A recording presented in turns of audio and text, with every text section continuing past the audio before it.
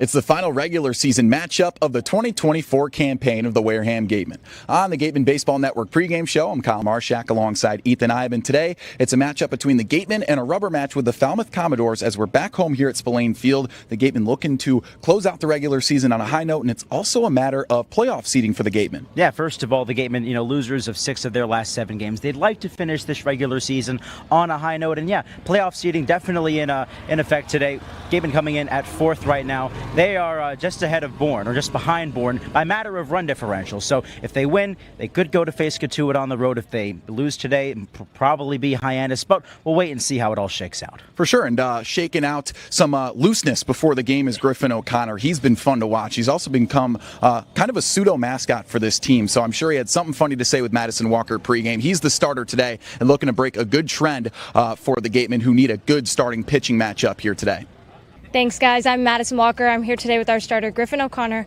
So, Griffin, you were starting earlier. You made the adjustment out of the bullpen, and now you're back to starting. Mm-hmm. How does that kind of affect your, coming in from the bullpen versus a day of starting like this? How does that affect you? Yeah, it's definitely a different mindset. I think starting, it's a lot about controlling yourself. You kind of control the pace of the game a little bit more, and you have a little extra time to warm up, where in the bullpen, it's high intensity. You're coming in a situation typically that's not ideal, and I think that it definitely took me a minute to kind of harness it in, and not do too much. But I think that I don't mind starting. I've been doing it for a while, so I think the difference is just starting.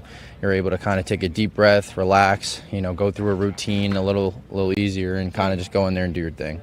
Does it kind of change your routine at all, like before the game, starting versus coming out of the bullpen? Yeah, no, I mean, it definitely changes the routine a little bit. I think as a reliever and coming out of the bullpen, it's definitely a sake of keeping your body hot the whole time. So the timing's definitely different, which I kind of forgot about, obviously. But in the sense of routine, obviously the goal is still the same. And I think that, a pregame routine that I've always kind of stuck with is that sometimes me and Sam Metter, a lot of times pregame before a start, me and him walk around Walmart. Occasionally get an apple. And that's just something that he's really helped me out with a lot. So, yeah, he's been a huge help toward the starting and kind of the success that our team's had. Yeah, he helped you get apples, too. Was it like Granny Smith or what kind of? No, I don't know. It's usually up to Metter. Like I said, we just kind of walk around Walmart, kind of relax and take deep breaths, and, usually kind of sets us up for the season. So, it's been good. It's been a lot of help to him. Yeah, shout out to Sam. Yeah. And then this is our last regular game of the season. So does that kind of motivate you more, motivate the guys more to kind of get this win and go in to playoffs with that momentum? Yeah, I mean, definitely. I think that, I think we're the best team in the Cape. You asked me. I think that even though maybe the last couple of games haven't ideally gone the way we would have liked, I think that if we can get a win today, go into playoffs feeling good, maybe hit a couple of dance moves after the end of the game, that'd be nice. And, I just want to give us a chance to win, I guess. And I noticed that you like to kind of get the group together and do your dance moves in the middle. Can you tell me about that? Where did that spawn from? Does it just hype you up? It's a good question. It's just kind of born with hips that know how to move. So, kind of teaching the boys to kind of get in rhythm, I think really helps us out, and I think gives us some energy. Mm-hmm. So, I mean, I thank my family for giving me the rhythm, I guess. But, get the boys hyped up, Sometimes we get a little dead on the bench, so high energy. Okay. It's going to show in the game. We're going to get good wins, and then everyone else is happier. So. Okay. Can you do some for us? I heard one where you go out of the box. Can you do that for the audience? Oh, that's the one. All right. Okay. Should I back up? Oh. Hey. Hey. That's just something light right there. I've been working on that one for a while. Yeah. So, is that one your favorite? Yeah. It's it's definitely something I've been working on with the guys. So I think that if we just continue to go forward, kind of go toward the goal, we're gonna be all right. Okay, yeah, and that one's your top move. That one really gets everyone I got going. something in the bag. I guess anytime I can pull it out. But like I said, at the end of the day, we're here for business. Yeah. Dance a little bit, win a little bit, and when the time comes, I think I'm ready to explore other options with the dance moves for sure. Okay. And if you do really well today as you're walking off the mound, will you do that so that way our viewers can see it maybe? I think it would have to be a pretty specific situation involving some strikeouts or something. I think if I hit it too early, I might be in some trouble here. But, if it's like the last inning, I'm really cooking, doing well, maybe I'll hit something for the boys. Okay. But it's got to be good timing. good time. And yeah. Well, I know we're all excited to watch. Good luck tonight, Griffin. All right, yeah, thank Thanks. you so much. Thanks, Madison. Griffin O'Connor, the dad of this team, I guess, but he's the funny dad on vacation. Yeah, if there's any guy that this group is going to rally around, why not let it be Griffin O'Connor? He said hips don't lie. That only applies to Shakira and to Griffin, so come on. Yeah, clearly his hips do not lie, and hopefully they're firing well today, because that trend I teased in the first half is a big one for the Gatemen. They haven't had a starting pitcher go more than 2 2/3 innings since the All-Star break, so it'll be big for them to have a good start today out of O'Connor. Yeah, the bullpen has been especially taxed as of late. They need to get out to the right foot. You know, a big solid start is what they need today to get things done. For sure. Well, the Gatemen hitting less than 200 since the All-Star break as well, but these past two games have looked good for them. 8 hits yesterday, despite that loss to Hyannis, and then their last win 2 days ago against Katuitt, they had 4 extra base knocks, 9 hits. So who's the hitter to watch today? I've got a few for you. Eli Putnam has, of course, been the guy that's just been tearing the cover off the ball lately. He's got hits in 9 of his last 11 ball games. Hello there. It's the Cage.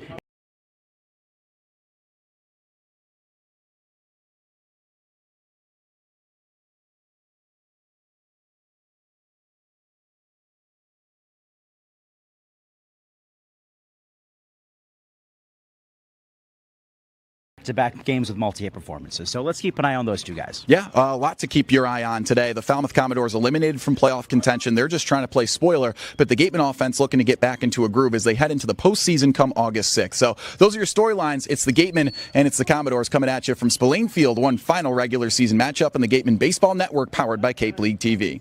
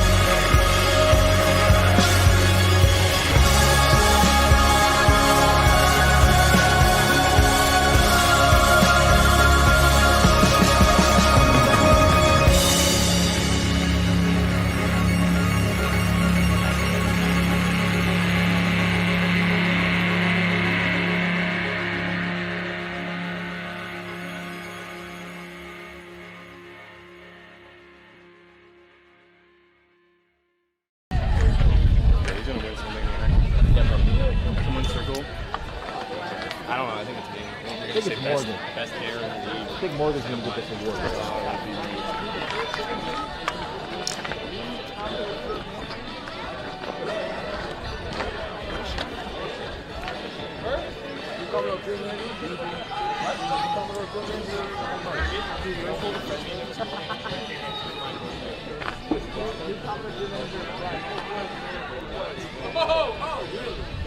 How's it going?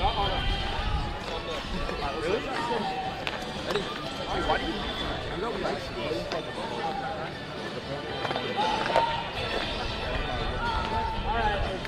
go.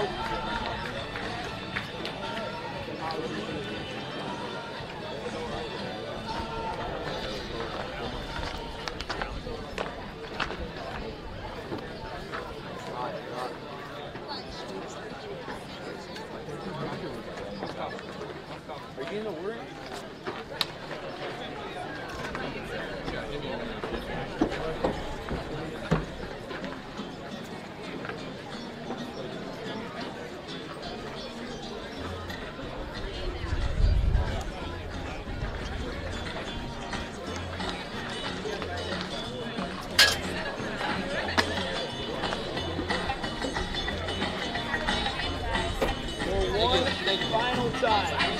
go.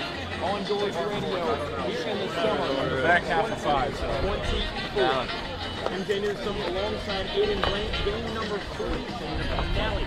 This is winding down here at Spillane Field here in Massachusetts. Falmouth Commodores. Making them lead on the line. They drive mathematically eliminated the playoffs. They're making that matchup all the way down to the 4th seed after the week or so ago. They were the number 1 seed.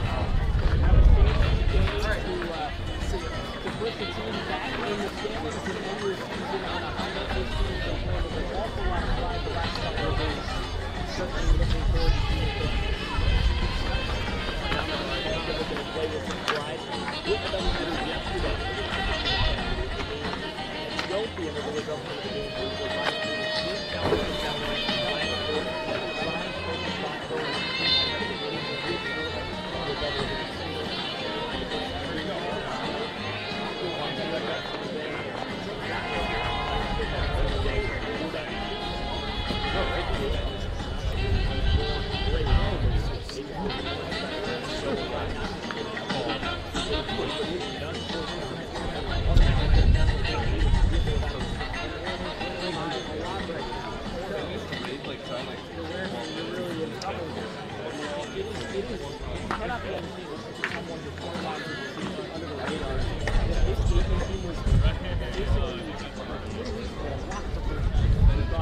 down the line.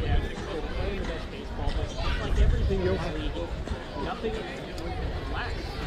We had a great start of the season, but we were not able to finish it down. Attention, Gatemen fans. We now would like you to draw your attention to your home plate as Billy Gross presents the Cape Cod Baseball League Manny Rebello Award.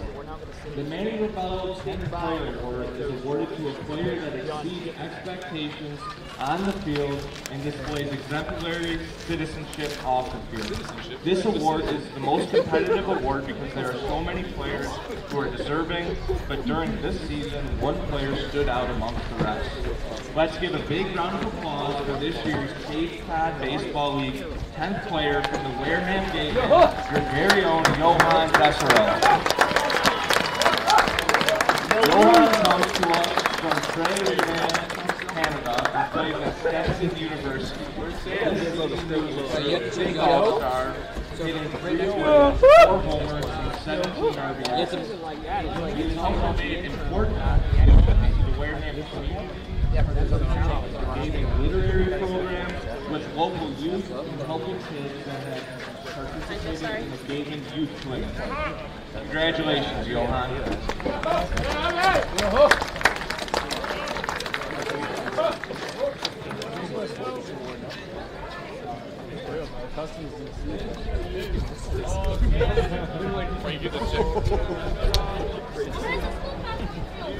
Now please stand and remove your cap for the playing of today's national anthem.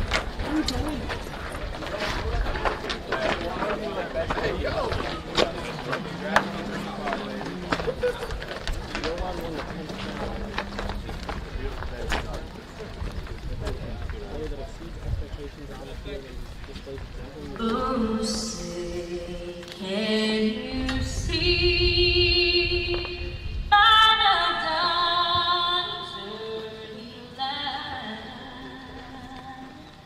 what so proudly we hailed at the twilight's last gleaming, whose broad stripes and bright stars through the perilous fight o'er the ramparts we watched were so gallantly streaming. And the rugged red glare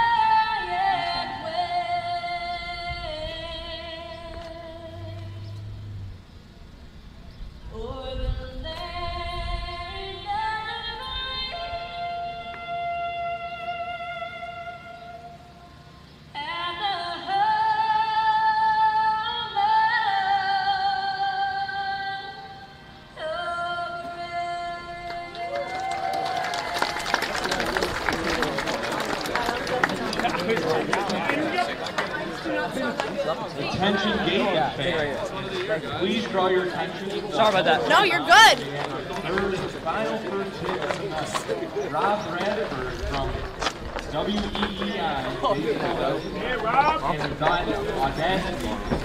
Rob has been coaching baseball and the Boston Red Sox for over 20 years with WEEI, the Boston Herald, and the Eagle Tribune.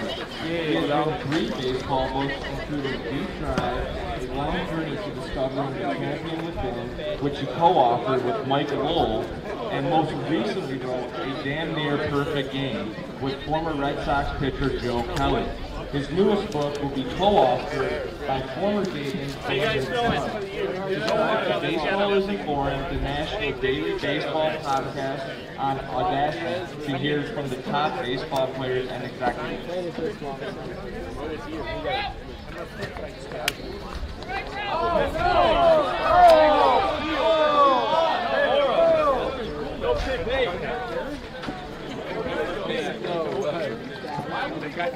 Hey.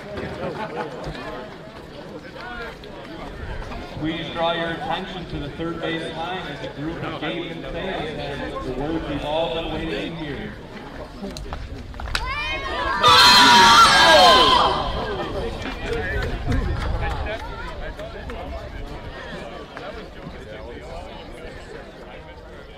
Oh, trying to hit you.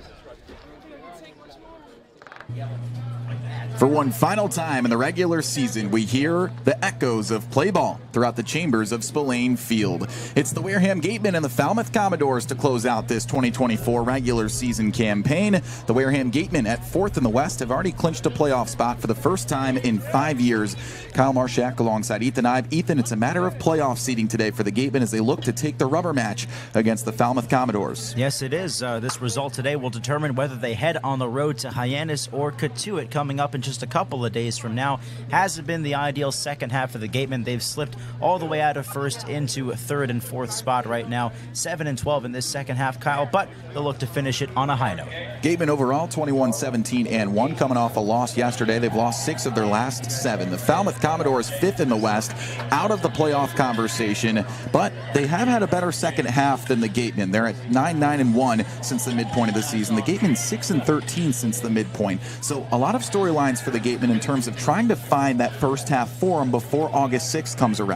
Yeah, that's right. You know, it's the biggest thing is getting off to a solid start today and setting the tone. They're going to need to see some good stuff from Griffin O'Connor today. You know, they haven't had a whole lot of length out of the starting pitching performances since the All-Star break. That bullpen is especially taxed, so look to see some good stuff today from Griffin. Hopefully this lineup can follow suit. Yeah, Griffin O'Connor, the right-handed pitcher out of Georgetown, added to this roster just shy of the midpoint of the season on July 11th. Had an electric 3 starts to open up the season. The bullpen's been taxed. He had 2 bullpen appearances, and now he's back in the starting role, which he's been better in. So overall, a 4.8 ERA in 15 innings pitched. He has good stuff, and he's a pitch-to-contact guy. Yes, he is. The strikeout's not something that he typically relies on. It's a fastball, slider, changeup, and curveball combination. Like you said, he's not a guy that's going to kill you with velocity either. Yeah, just 8 strikeouts, and he takes on a Falmouth Commodores offense that has been so-so throughout the year. A .253 batting average as a squad, good for 5th in the league. And here is how Jeff Trundy's lineup looks today. Zion Rose is going to lead things off, and then I'd say the biggest name to watch, Ethan, is going to be Isaiah Barquette. He's been hitting at a high rate lately, hits in 8 of his last 10. Yeah, Barquette, a .268 hitter entering play. He's also done particularly well against the Gatemen. Yeah, so otherwise a usual look for Jeff Trundy's lineup, and Trundy earning some honors as one of the best managers in the league this year. So although the Commodores have underperformed this season, still a lineup worth looking out for as we close out this regular season. And one more thing, Ethan, how about the home whites? Yeah, for the very first time in this season, seeing the Gatemen break out the home whites. We're typically used to the maroon red and the navy combo, but hey, the whites are a classic look, and I'm glad they're wearing them out there today for the regular season finale, that is. So it's the Louisville left fielder Zion Rose to dig in to lead things off for the Falmouth Commodores. He's on a 4-game hitting streak, 7 for 16 in that stretch. But Griffin O'Connor back in a role that he is much more comfortable in. After 2 rough bullpen appearances, he's back in that starting position. The first offer. is raked down the pipe, and we are underway at 6:04 p.m. sharp. A contest between the Wareham Gatemen and the Falmouth Commodores to close out the 2024 regular season. And strike two. Defensive alignment for Ryan Smythe and the Wareham Gatemen. Sam White in left, Michael Lippy in center, Reese Chapman in right. Murph Gray at 30, Eli Putnam at first, Jimenez and Turner up the middle, and Rivera the catcher. Yeah, one of their better defensive alignments for sure. 0-2 pitch, first batter of the ball game. Ooh, runs inside. A 2-strike count, but a hit by pitch and a runner on to start it off. Well, not ideal, and you mentioned that defensive alignment. Eris Rivera has been a really pleasant surprise behind the plate. He's thrown out 4 of the 6 base runners that have attempted to steal in his short time with the Gatemen. Yeah, and a big guy to add to this roster just a couple weeks ago, considering the lack of depth at the catching position. Really because of Sam White being asked to play a lot of positions other than catcher. Yeah, and with Sam White, you know, a guy who you can basically plug in anywhere you could feasibly have him. And he's actually been on the bench a little bit more than usual these last couple of games, thanks to Billy Parker getting some action in center field. Now it's Isaiah Barquette, hitter to watch for the Falmouth Commodores. 5-game hitting streak right now. And a breaking ball misses upstairs. Barquette, a 281 hitter versus right-handed pitchers, just 250 against lefties. Weird reverse split. 1-0 with a runner on. And he goes. Pitch is down. Here's the throw from Rivera. And a rare stolen base on the catcher for Wareham. Well, Rose picked a good pitch to run on there. That was a breaking ball on the inner half. It would have been a tough play for Rivera either way.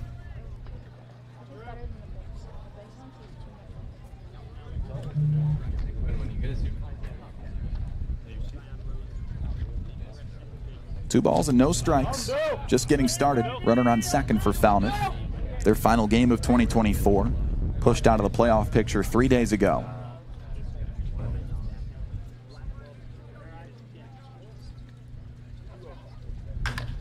There's a roller to short. Whoa, through the wickets of Rose. And Jimenez goes to the short way, and somehow Rose is safe. Well, Jimenez hesitated ever so slightly there, and that cost him. First of all, how about that leap from Rose? I mean, that's just perfect if you're the base runner. You want to block the fielder's view there for just a split second, just in case it allows the ball to scoop by. But Jimenez, I guess in retrospect, should have gone for the sure out. I don't mind him going after the lead runner, just that hesitation cost him there. That is not your average play in the field. So, in 2 wacky ways, you have runners on the corners here, and Jason Jones at the dish. Right-handed bat out of Arkansas. And that pitch low. The big thing to look out for in this game, pertaining to Griffin O'Connor, just beckoning for a starting pitcher to go more than 2 2/3. That's the longest a starting pitcher has gone for the Wareham Gatemen since the All-Star break. Saw Darren Horn go just an inning and 2/3 yesterday.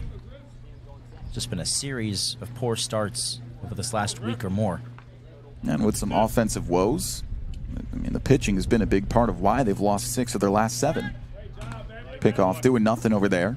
That's why this game, you know, while it is not exactly of meaning to Falmouth, it is certainly of meaning to the Gatemen to find some sort of momentum heading into that 1-game playoff against either Hyannis or Katuitt. No outs, 2 runners on. And the 1-0 deal to Jones. Runner leaves from first. That pitch upstairs. Rivera will throw down the second. Yeah. The tag is on the money. Number 5 for Rivera. Yeah, he did. Yeah, he did. Yeah, he did. Rivera, that is the classic arm that we're used to seeing over these last few games that he's been behind the plate. Isaiah Barquette caught dead in the water over at second. And there's 1 away. Runner still on third. That's Zion Rose.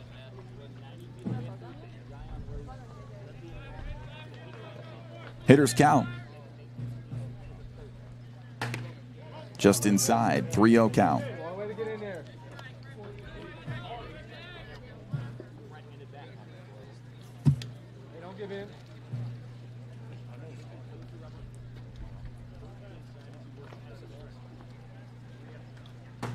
There's a strike, and I think he went with the off-speed there.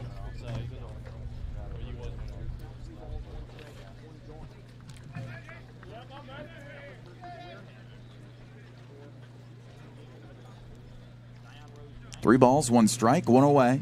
Just getting started here at Spillane Field. Swing and a miss. Man, he pulled the string on that one. Back to a full count. Third batter of the ball game.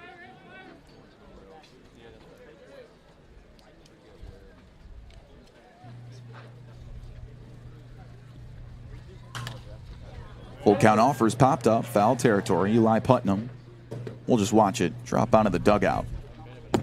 Now, Falmouth, one of many teams, 6 to be exact, that had double headers yesterday. You're down the home stretch, 6 days to get 5 games done, and sure enough, the weather's been worse as the season goes on. Yep. So that's why they build so many off days into the second half of the season. Falmouth split a doubleheader with Katuitt yesterday. Look how tilted Griffin O'Connor's hat is. Interesting. The team dad, they call him. That is his name. That's a throwback look. And that pitch outside. 8-pitch walk. Jason Jones aboard. Fernando Rodney. Yeah. Call back to Fernando Rodney. How about that? That's the only one I could think of. These days, it's more of a Jazz Chisholm thing. Yeah. So, corners occupied again. 1 away. Top of the first. Gatemen and the Commodores, both teams coming off losses right now. Both squads want to win for different reasons. Commodores want to end their regular season on a high note. Gatemen want to have a winning mentality going into the postseason. And here's Trent Caraway at the dish. First a pickoff, bang bang to first. And I think Putnam thought the tag was in time. Yeah, that was awfully close.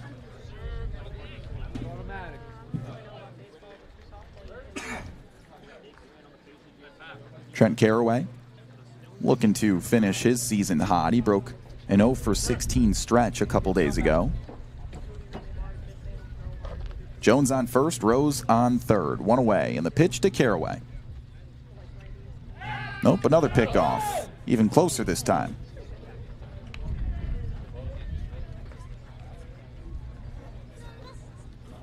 Now, why did the Wareham Gatemen wait until now to bust out the home whites? Gosh, they're just so clean.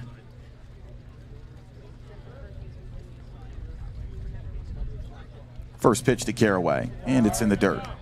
Don't get me wrong, I love the red and the blue. They usually rock, but there's just something about seeing the home whites here at Spillane.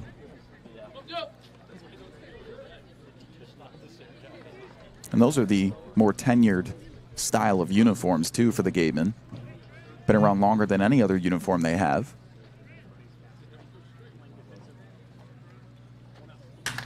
Line drive and a soft serve into left center for a base knock. Rose comes home. Here's the throw from the left fielder, White.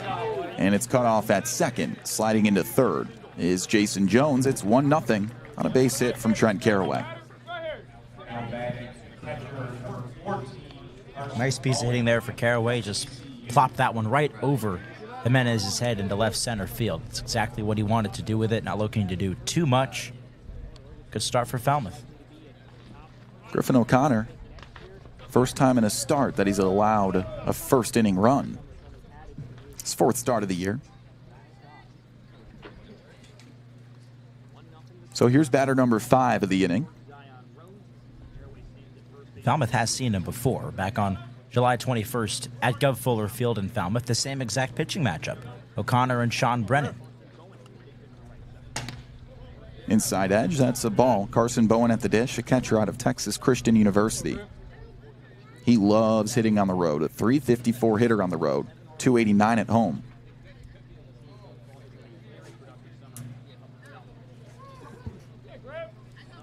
Two runners out. He gets a swing and a miss.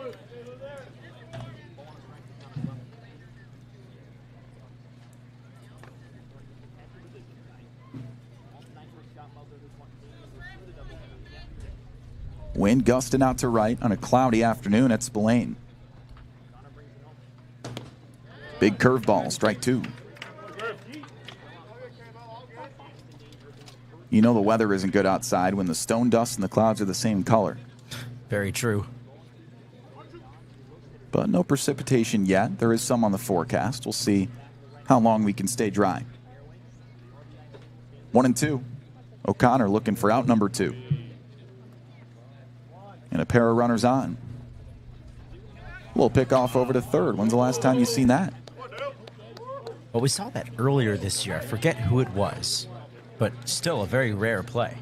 I think it was perhaps that game at Bourne. The one that we tied in. Yeah, I think you're right. Couldn't tell you who was on the bum.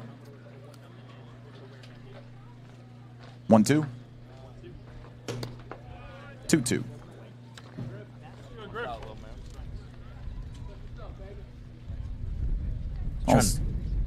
All sorts of festivities before the game. Saw 3 different first pitches. Oh, yes. As well as an award for a Wareham Gateman. 2-2. And the pitch. Staying alive. How about Johan Desero winning the Manny Rebello Award, an award for a Cape Cod Baseball League player every year who exceeds expectations and displays exemplary citizenship throughout the season. Johan Desero definitely deserves that. Yeah, and he was completely surprised by it as well. They brought the trophy out on the field for a ceremony he had no idea he was going to be a part of. So, pleasant surprise for him and a guy who's definitely earned it. Carson Bowen making an AB out of this. And talking to our general manager, Jay Spinelli, he cited Johan's participation in many of the Gatemen's community endeavors, the literacy initiative as well, helping kids to read, the kids camps that we've had here at Spillane Field, the Water Whiz Day, just being out in the community, making an effort. We've seen that from so many different Gatemen this year, but Johan just a step above the rest. Swing and a miss, first strikeout for O'Connor, and there's 2 away here in the first. Nice way to come back from O'Connor there. Kept working him away, trying to get him to chase low. Just 1 out away from getting out of this thing. So far this inning, a hit by pitch, a fielder's choice, a walk, an RBI single, and now a strikeout. So, 4 guys have touched base. 1 has made it all the way around. 2 stand on the corners right now. And Donovan LaSalle steps in, right fielder from Oklahoma State, just a 188 hitter. But he is building a 7-game on-base streak. And he spits on the changeup, ball 1. So O'Connor started his season on 3 straight starts. His debut was excellent, 5 2/3, 1 earned run against YD. And YD's got a pretty good offense.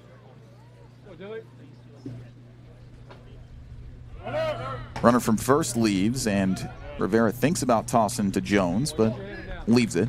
So 2 runners in scoring position and a 1-1 count. This is actually O'Connor's first home start. He tossed at Harwich in his second start, at Falmouth his third start, then 2 bullpen appearances at home. And here we are at home with a start against Falmouth.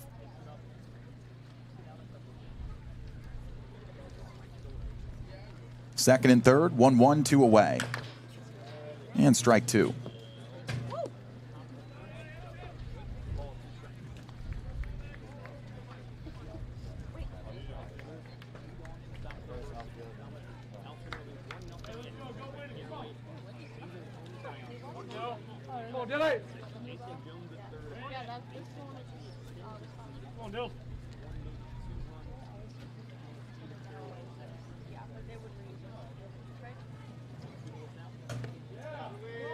Just outside.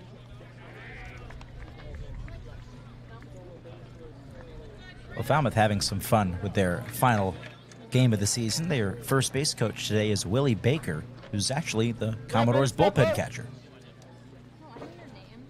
Yeah, very relaxed day for the Falmouth Commodores, who will not be playing baseball after this. 2-2 is hammered down the left field line. Sam White giving it a look at the fence. He reaches, and that one is out of here. 3-run shot for LaSalle. 4th home run of the year. That's a team lead. And it is 4-0 Falmouth. A wall scraper for LaSalle, but it counts just the same. That one was crushed. Falmouth is having some fun here in their last home game, or last game of the season. Now they won't go out quiet. And Falmouth plates 4 runs here in the first.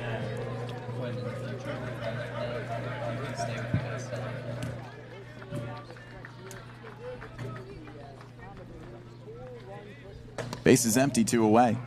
And there's a first pitch ball. Jack Bell at the dish, shortstop from Texas A&M.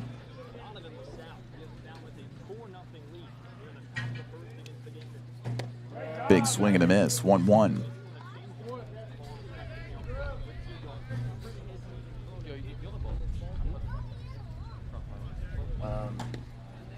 Back door, there's strike 2. First home run that O'Connor's allowed all year.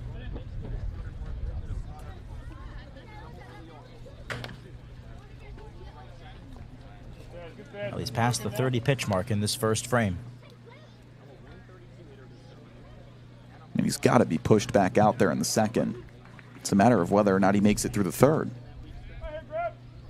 1-2 pitch. And there's ball 2.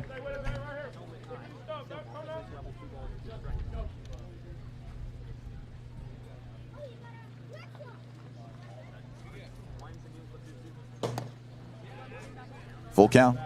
Second full count of the inning. O'Connor, a big strike thrower, but he's worked himself into some deep counts here. Payoff. And that's ball 4. Runner on.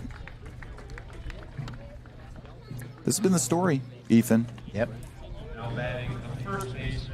Just a lack of control, lack of execution, you could say as well, on behalf of the starting pitching, and already an early visit from Eric Luxus. No one up in the bullpen. This is just a chat. But what is it with this starting rotation where all of a sudden every guy's struggling? I mean, even Tate McGuire got hit around in his last start, and he's one of the best pitchers in the league usually. Yeah, Tate has been solid all year long except for that last start he had. It's just, we've seen a lot of these guys leave balls out over the plate, giving them Mike Mobb's cookies, you could say. Yeah.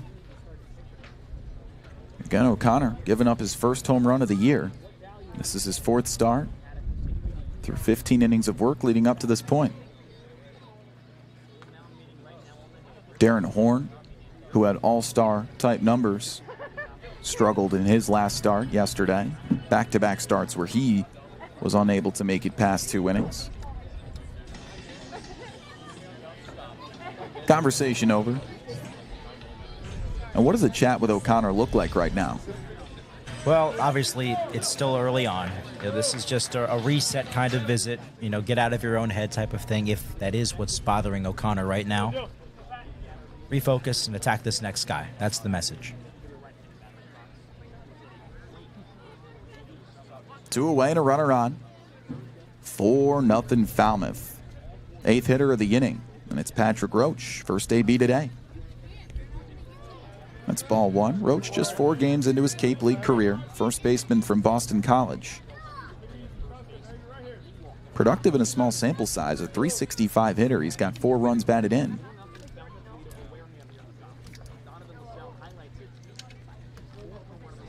Couple of kids added in the second half for Falmouth that has pushed a struggling Commodores squad along to a 9-9-1 record in that second half.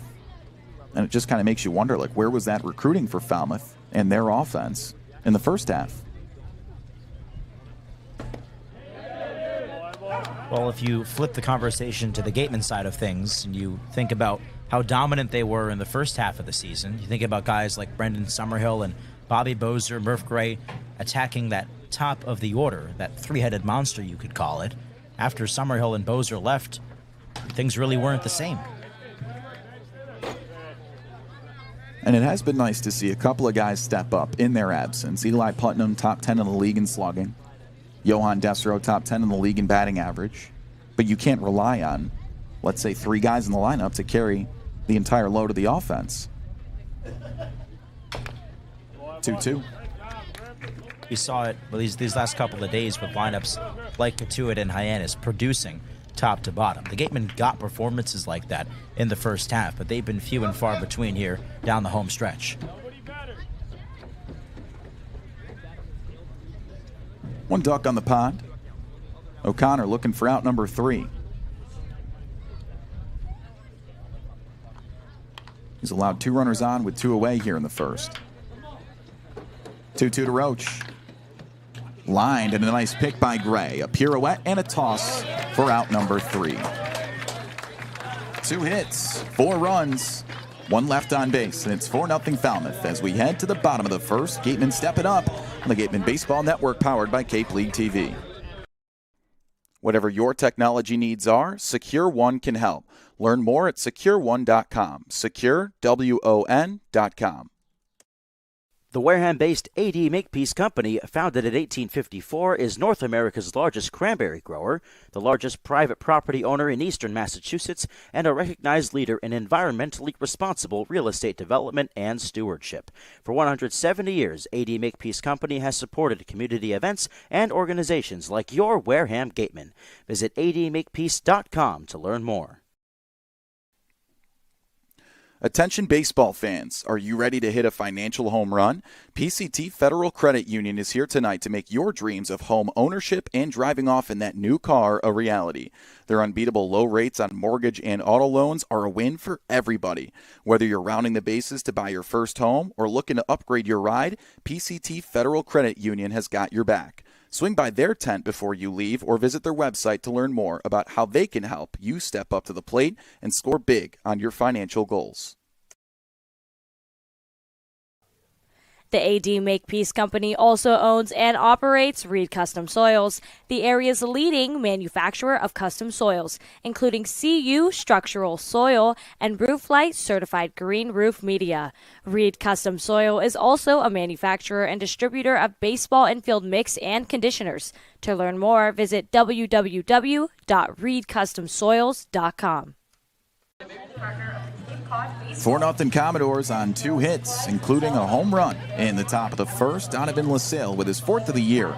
And the Falmouth Commodores looking to get an early lead and a win to close out their regular season campaign. The Wareham Gatemen step up to the dish for the first time in this contest, and they see Sean Brennan on the bump for the second time this year. Sean Brennan's been kind of the ace of this Falmouth Commodores squad, a team that's not making the playoffs, just looking to finish strong, and Brennan's helped them do that. A 3.63 ERA and 17 1/3 innings pitched. But as I said, Ethan, we've seen him before.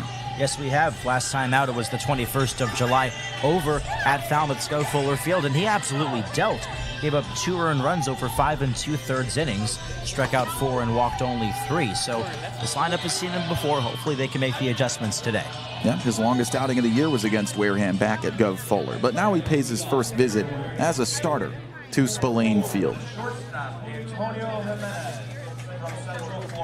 Antonio Jimenez back in the leadoff spot today. 0 for 9 in his last 4, looking to get a groove here before we head into the postseason.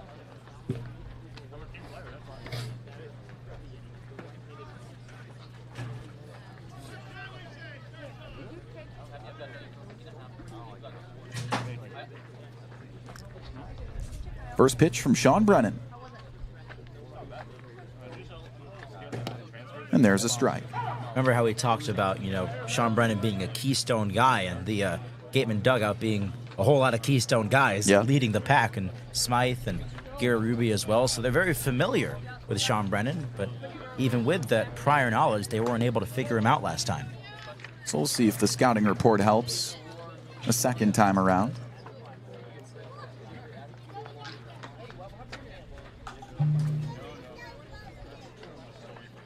One pitch to Central Florida's Antonio Jimenez. There's a foul ball. Jimenez a .210 hitter on the year, but when he makes contact, he hits it hard. 5 home runs, tied for a team lead, good for 6th in the league. 1 ball, 2 strikes.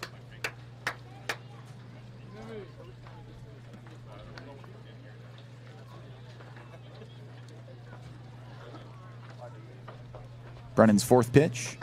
I think he was trying to throw a changeup there.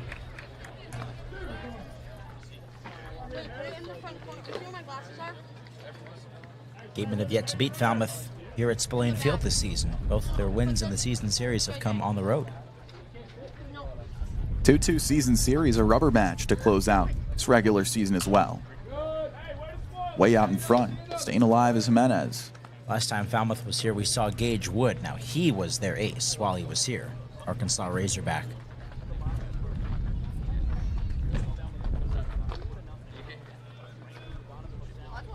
Two-two, first batter for the Gatemen today after giving up 4 runs in the top half of the first.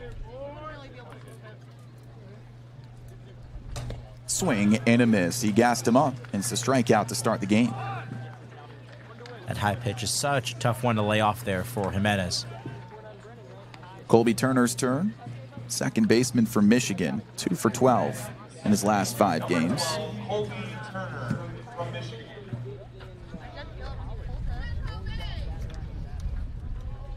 Turner's only homer of the year came on the road. Last time they paid a visit to Hyannis. 1 away. And there's strike 1. Here's a peek at Wareham's offense today. Jimenez in the leadoff spot. Turner batting second. I think Murph Gray batting third, and Nate Early, as well as Eli Putnam, probably the guys to look out for. Yeah, definitely Putnam has been the hottest bat. Call him a saving grace of this lineup over the last week plus.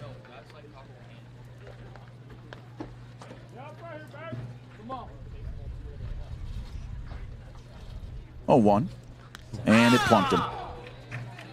Turner aboard, first base runner for Wareham. Just let that fastball loose a little too early.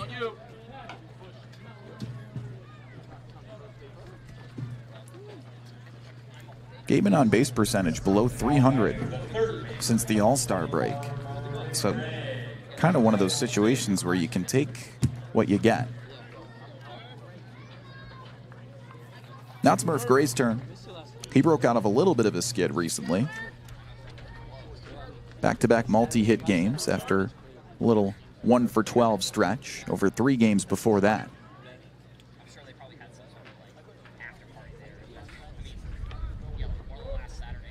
A runner on and 1 away. There's ball 1. Well, Murph's got multi-hit games back-to-back. Good to see from him, a guy who was scuffling over the last couple of weeks as well in that streak.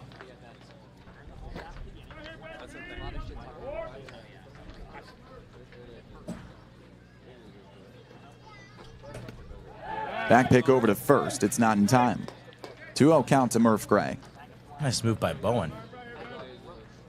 Defensive alignment for Falmouth. Zion Rose in left, Robbie Bolin in center, Donovan LaSalle, the right fielder, Jason Jones at first, Patrick Roach, and then Jack Bell and Isaiah Barquette up the middle with Carson Bowen, the backstop. Another pickoff, not in time. Murph Gray, a .331 hitter on the year. Clear centerpiece of this Gatemen offense. .331 average, good for 5th in the league. Here's a 3-0 count. Now this kid likes to hit after a loss. He has a .373 average in games immediately following a Gatemen L. 1 away and a 3-0 count. See if he has the green light. It's ball 4. All right, first and second, and they hand it off to Nate Early, who's coming off a good game, Ethan. Oh, yeah, Nate Early. How about his performance yesterday at Hyannis? 2 for 3, hitting his 2nd home run of the season, and coincidentally, just his 2nd RBI, so both of his ribbies have been solo homers, and he's got a great chance here to perhaps add on to that. And Nate Early hasn't had too many chances with runners in scoring position. Just 22 at-bats. It's kind of peculiar. I mean, a guy who's been in and out of the starting lineup, there's just a lot of firepower, especially in the outfield. He's had 14 at-bats with runners in scoring position this year. He's 0 for 14. So this is that moment. It's bizarre that despite a .264 average on the year, he just hasn't come through with guys on 2nd or 3rd. Loves hitting righties, though. 50-point difference between righty-lefty.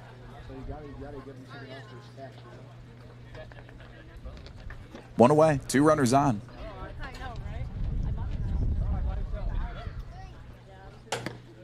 And a 2-0 count. That's 6 straight balls out of him. At this point, shouldn't bother swinging anything unless it's a pitch you absolutely love. Make this guy find his control again.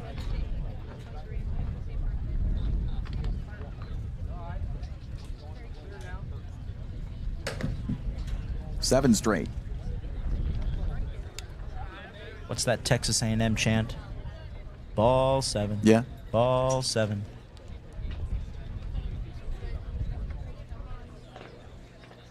There is an Aggie on Falmouth's squad. 3-0. And he elects the curveball as the pitch to go there, but let's be honest, early wasn't going to swing. Right on the black. Well located.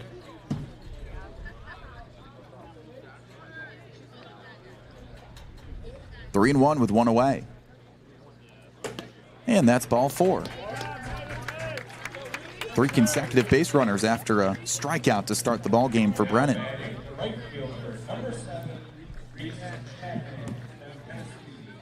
Well, you talked about building momentum. This is it.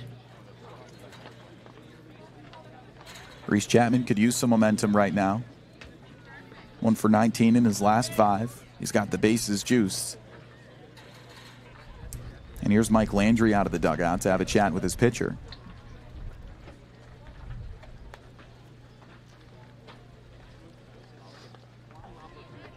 Yeah, not a pitcher's day, huh?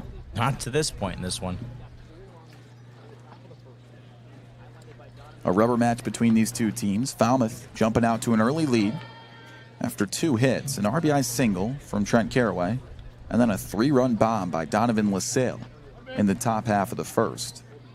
Wareham with no hits yet, but a hit by pitch and then back-to-back walks, and here they are with the bases juiced and 1 away.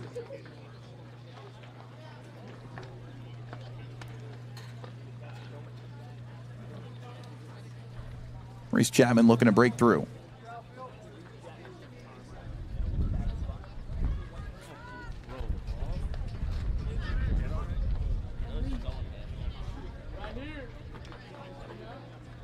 First offer.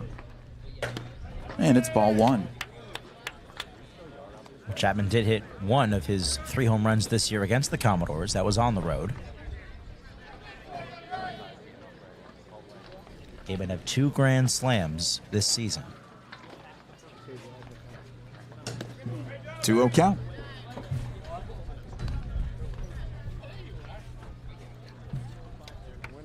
Ten of his last 11 pitches out of the zone for Sean Brennan.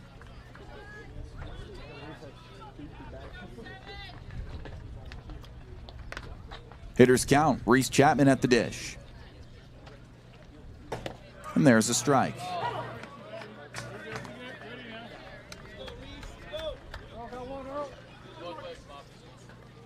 Chapman with reverse splits. 263 hitter against lefties. 186 against righties. 2-1. And he leaves the fastball high. 3 balls, 1 strike, 1 away. Gatemen down 4-0. Bottom 1, and the bases are juiced.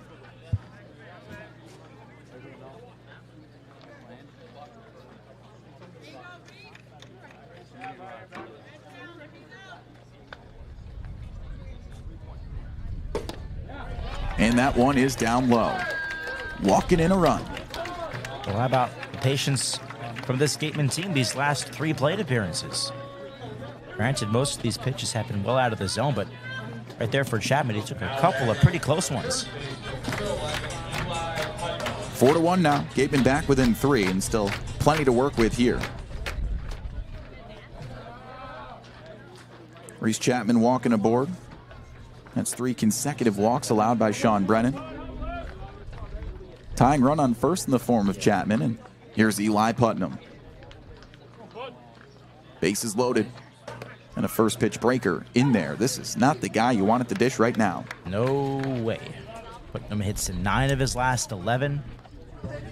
Last time the Gatemen were here at home, walked off Katuit. He had the walk-off walk, the game-tying single as well. He's been locked in lately. Check swing, but he went around on the curve. He's riding an 11-game on-base streak as well.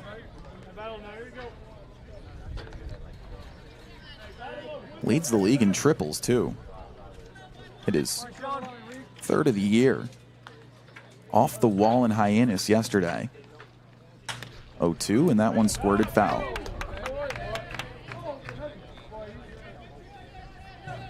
This kid's just got tremendous backside power. A triple off the wall yesterday, down the right field line at McKeon Park, which is 358 to the pole. Yeah, it's a deep right field area.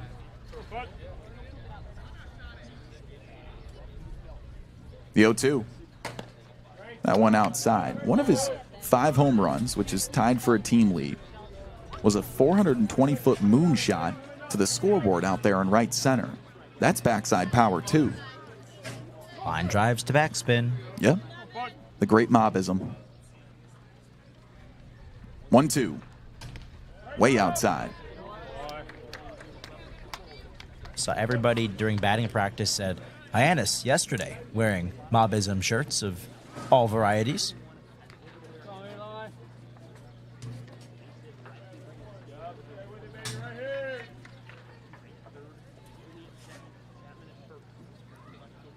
Two. And it's a full count. You know, I don't mind if the Gatemen walk their way back into this ball game. Hey, however they have to do it.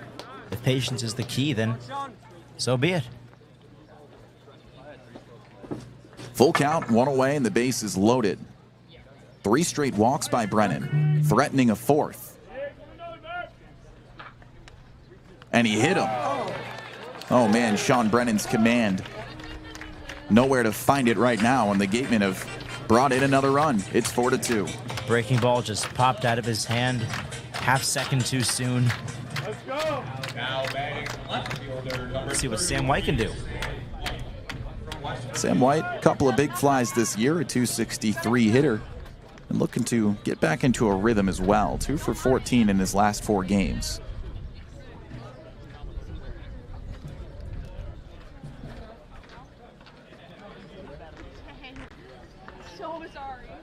Base is still loaded, 1 away, bottom 1, and the Gatemen down 4-2.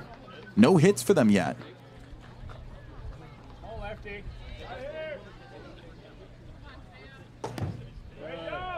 That one down low and inside.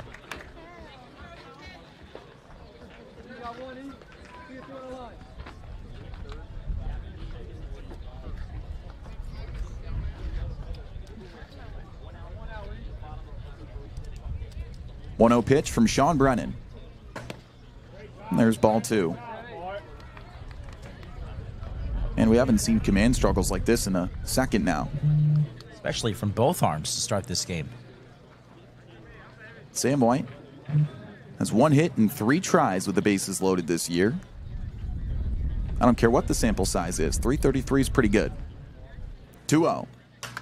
And he pops that one foul. It's worth mentioning he does have one of the Grand Slams this year. Adam, go. Actually, there's been 3 Grand Slams. Summerhill, Bozer, White. Yeah, that sounds right. And I think it occurred in that order. It did. Yeah.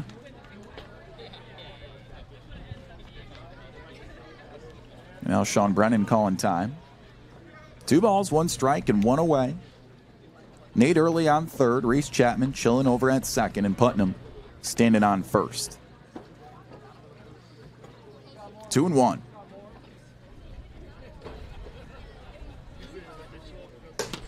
And there's ball 3. At what point do you start warming up in the bullpen for Falmouth? I mean, what urgency is there for these Commodores right now? They want to just let Brennan get through this inning.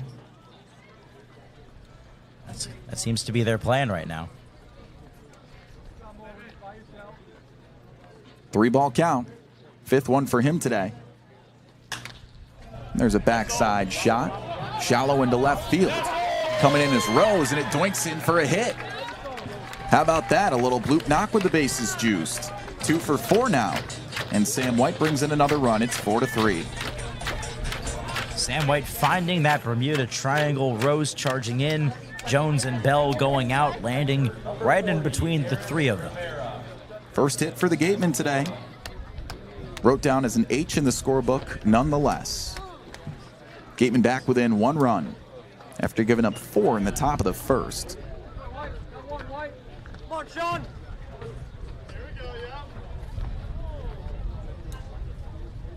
One away, bases juiced, and Eris Rivera's first chance with 3 runners on as a Wareham Gateman. There's a strike. This kid has some serious pop. During batting practice, it's on full display. That left field bleacher area is his playground. Smattering of fans out there in the bleachers in left for Wareham's final regular season home contest. Line drive picked. Barquette onto second, Bell to first, a double play to retire the side. Well, how about a hit by pitch, 4 walks, and an RBI knock. 3 runs come in, but 3 are left on base. Wareham down 1 as we send it to the top of the second at Spillane Field in the Gatemen Baseball Network, powered by Cape League TV. For a good piece of glass, call Eibe. Located at 3 Tyler Avenue in East Wareham, call Eibe Glass and Locks about getting a free quote for your windows, doors, locks, and other glass needs. Mastria Auto Group. Whether you need sales, parts, or service, call Mastria Auto Group for all your Kia, Cadillac, Mazda, VW, Subaru, and Nissan needs. Mastria delivers. www.mastria.com. Legacy Insurance has been servicing Wareham and the surrounding area since 1980. Call Legacy Insurance for all your insurance needs at 508-295-1315. Legacy Insurance, your hometown agency. Looking to buy or sell real estate in the South Shore, South Coast, or Cape Cod area? Joanne Stevenson has been selling Massachusetts since 2000. Specializing in residential real estate, she is a part of the #1 Berkshire Hathaway Robert Paul team. Whether you are looking for your first home, vacation home, or relocating, call Joanne Stevenson, your local Wareham agent, for all your real estate needs. A proud sponsor of the Wareham Gatemen.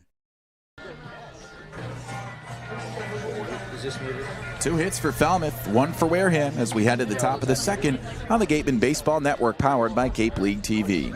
Well, it was a single and a home run for Falmouth in the top of the first, but Sean Brennan for the Commodores struggled in the home half here at Spillane. And the final matchup for the Gatemen in the regular season, he gave up 4 walks, a hit by pitch, and an RBI single to Sam White. So not your average day of baseball through the first inning of action. Griffin O'Connor back on the bump as he looks to rediscover a rhythm here. Also walked a couple of guys in his first inning of work, too. He faces 9-1-2 in this frame. Robbie Bowen will get his first licks with Zion Rose and Isaiah Barquette following on deck and in the hole. What does Griffin O'Connor got to do here to kind of rediscover that location? Well, just don't overthink it. You know, it was a rough first inning for Griffin. Just got to reset, refocus, attack this lineup. He knows how to trust his stuff. We've seen that throughout his starts this year. Just needs to recapture that mentality. So O'Connor will take on Robbie Bowen. It's the 9th game for the Falmouth Commodores, recently added out of Barton Community College, center fielder today. And that first pitch of ball. Threw 39 pitches in the first inning.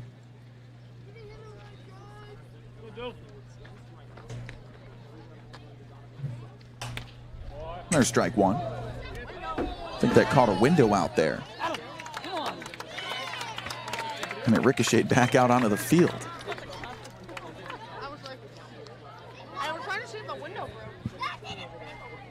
In the 1-1. Another foul ball in that direction.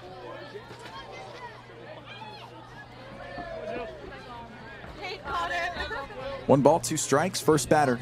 Top 2 here. That's Spillane Field.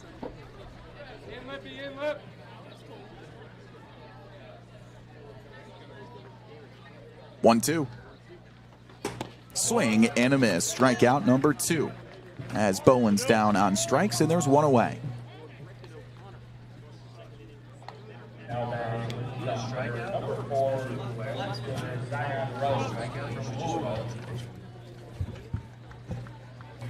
Back to Zion Rose. He got hit by a pitch to start the ball game. Made it all the way around to score.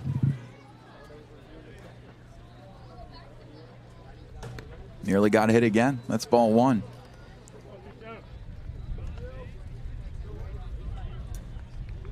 Like I said in the first, Ethan, it's a matter of winning this game for the Gatemen to set themselves up for success in the postseason, and obviously go into the postseason with some positive things in their head. Now, if you play that game of hypotheticals, a lot could happen today depending on Katuitt, Hyannis, and Bourne. Right now, the Gatemen stand at 4th in the West, so they would face Hyannis in that first game eliminator. Yeah, this is definitely going to decide a lot of things today. You know, it's either going to be Hyannis or Katuitt. Bourne, you know, look at them. They have been a surprising, resurgent second-half team. You know, a lot of teams counted them out as well. But with the two-time defending champions, they get hot, they can go on a Bourne-esque run, as they say. Yeah, they did that last year, a team that entered the postseason right around 500 and found themselves with a championship. Full count, one away. O'Connor back in a rhythm here in the second. Now, Bourne, one less win than Wareham, but they have 3 ties. So by point total, they're tied with the Wareham Gatemen. But the first tiebreaker is run differential, and Bourne's got that advantage. Full count is tapped foul.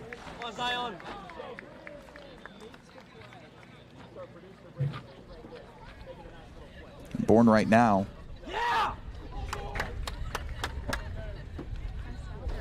in a contest with Katuitt, and the Braves do lead that. Smacked up the middle, and Jimenez can't get it. One out hit. Zion Rose aboard with his first knock. Yeah, Jimenez knows how to get up there, but that one just out of his reach.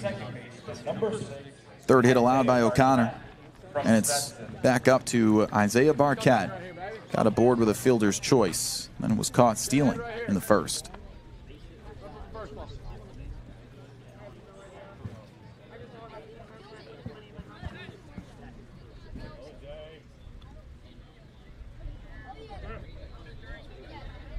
One down. And there's strike one.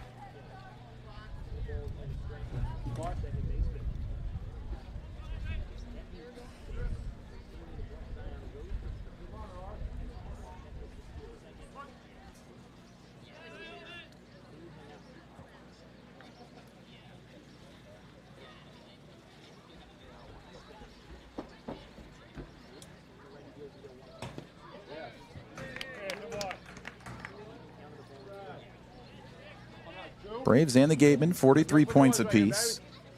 Braves with a 6-run advantage, bottom 6 over at Katuitt right now.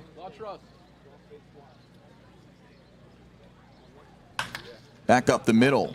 Turner on to short. Jimenez. Another double play. That duo looks good too. Oh, yes. Too clean there from that duo. And how about Turner? That was a tough hop.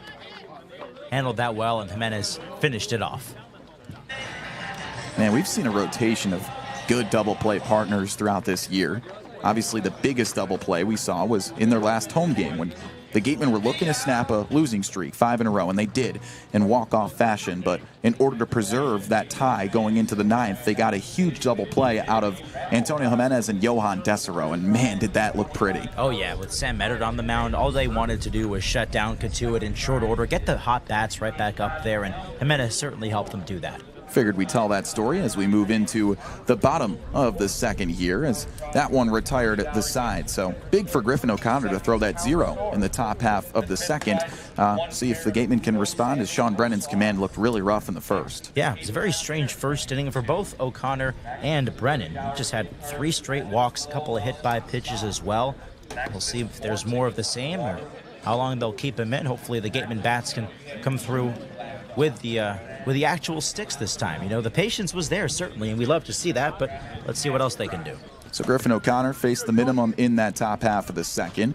Did allow a hit. He stranded him on that big double play, which we know O'Connor can induce. As for Sean Brennan, well, he gave up 5 walks and a hit by pitch, as well as an RBI single in that first, and he faces the 9-hole hitter to start off this inning, Michael Lippy. Now, Lippy, 8 runs batted in this year. He knows how to clutch up when there are guys in scoring position, but otherwise, he's really struggled, a sub-200 hitter. Yeah, he's a guy that Mike Mobbs has worked with a whole lot this summer. You know, there's still a whole lot there, and Louisville definitely has a good one in Lippy. But we'll see if he can put it together here. Lippy, right-handed bat out of Louisville to kick off the bottom of the second. It's a shame.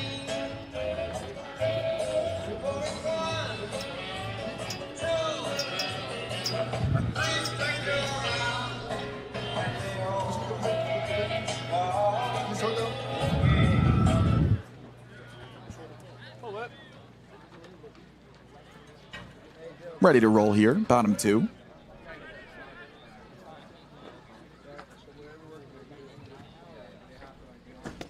Breaking ball to start him, and there's strike 1. Batting now is number 6, Michael Lippy from Louisville. Gatemen 2-2 in the season series with Falmouth. But they've outscored them 23-11. When they win, they beat them bad. Got their first win of the 2024 season out at Falmouth, second day of the year. 4-2 win back at Gov Fuller. 49 days ago. That's how long it's been. Yeah. When you hear that, you think only 49 days, but at the same time, like, wow, it's been 49 days. Yeah. Which I guess is kind of a redundant statement. But Don't know how I feel about that either way. It's flown by. Game 40 of 40 here in the regular season. 0-2, first batter, bottom 2 for Wareham. And Lippy's down on strikes. Took 3 pitches for him. That's strikeout number 2 for Sean Brennan. Now batting the shortstop, number 4. Back to Jimenez. Antonio Jimenez from Central Now in an 0 Florida. for 10 over his last 5 games. 40-game regular season. Used to be 44. This is the first year with just 40. Cape Cod Baseball League Commission deciding to shed 4 games off the schedule. A little bit later of a start time. It allowed rosters to have an easier process through the MLB draft.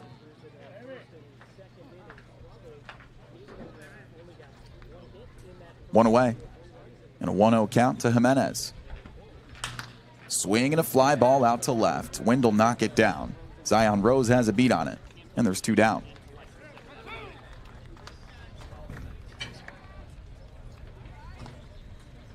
Man, rough first innings for both pitchers, but inning number 2, cruising along. A good couple of confidence boosters for both these guys. Colby Turner got plunked his first time up.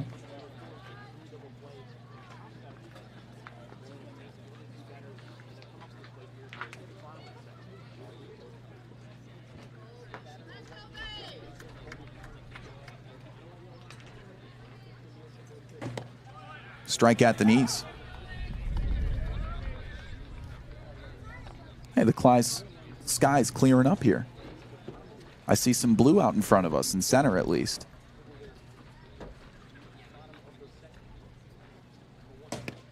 Oh, 2. You know, what a poetic way to close out the season, too. Gatemen grabbed their first win of the year against Falmouth in Game 2 of the season. Didn't look back after that. Gatemen with their best season as a franchise since 2019. And now they look to close out the season with their last one being Falmouth. They're down a run here. It would be a nice way to settle into the postseason just by finishing it off where it started. How can you not be romantic about baseball? Wind whipping out to right. And Turner at the dish. Stays alive. Keeps that foul ball courtesy of Glenn Hannington and his daughter Tevis. Gateman with 1 hit today. That's my fault. My fault.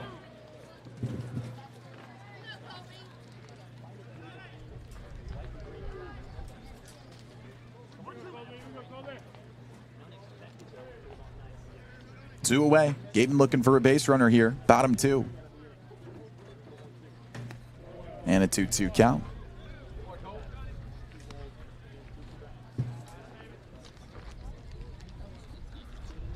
So if Bourne wins and Wareham loses, they will be the 4 seed, Wareham. And they will pay another visit to McKeon Park at Hyannis. 2-2. Low bloop shot to right center. Coming in is LaSalle, and that drops over the head of Isaiah Barquette. Little throwback to first, and man, Turner had to fight for that single, but he's aboard with 2 outs. Respect that from Barquette. He went out there, couldn't come up with that pop fly, but that's a smart baseball move right there. Just that spin and throw, try to catch Turner off guard, and he very nearly did. Yeah, that's game 40 hustle right there. Barquette's been a focal point of the defense. Really both sides of the ball for Falmouth this year.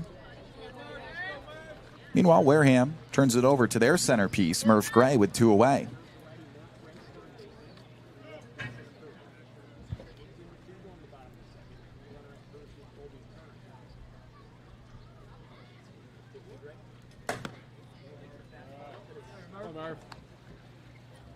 .365 on base this year. 500 slugging.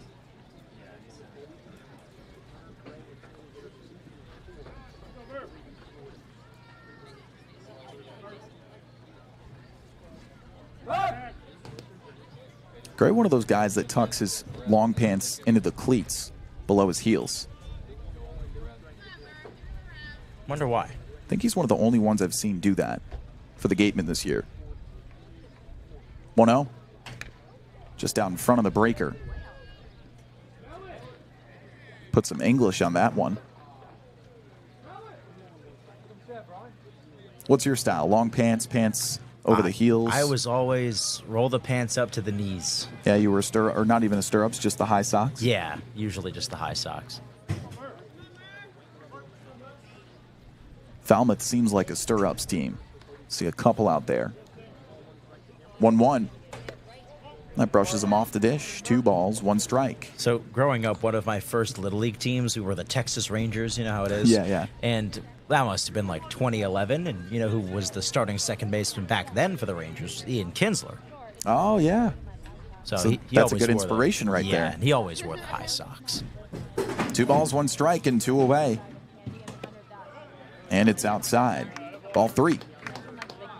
And also, I was the second baseman. Yeah, fair enough. I assumed that.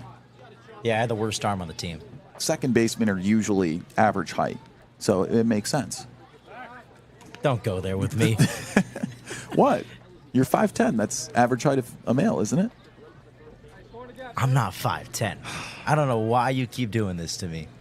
See, I'm like Rajon Rondo. I keep lobbing the ball up. I'm here for the assist. Yeah, and it's appreciated, but it's just not truthful. 3-1. Swinging a fly ball out to left center field. Fighting the gray clouds is Bolin out there, and he finds it for out number 3. 1 left stranded on a single from Turner. 2 hits for the Gatemen today, but no runs here in the second. They're still down a run as we head to the third on the Gatemen Baseball Network, powered by Cape League TV. For a good piece of glass, call Abby. Located at 3 Tyler Avenue in East Wareham, call Abby Glass and Locks about getting a free quote for your windows, doors, locks, and other glass needs. Mastria Auto Group. Whether you need sales, parts, or service, call Mastria Auto Group for all your Kia, Cadillac, Mazda, VW, Subaru, and Nissan needs.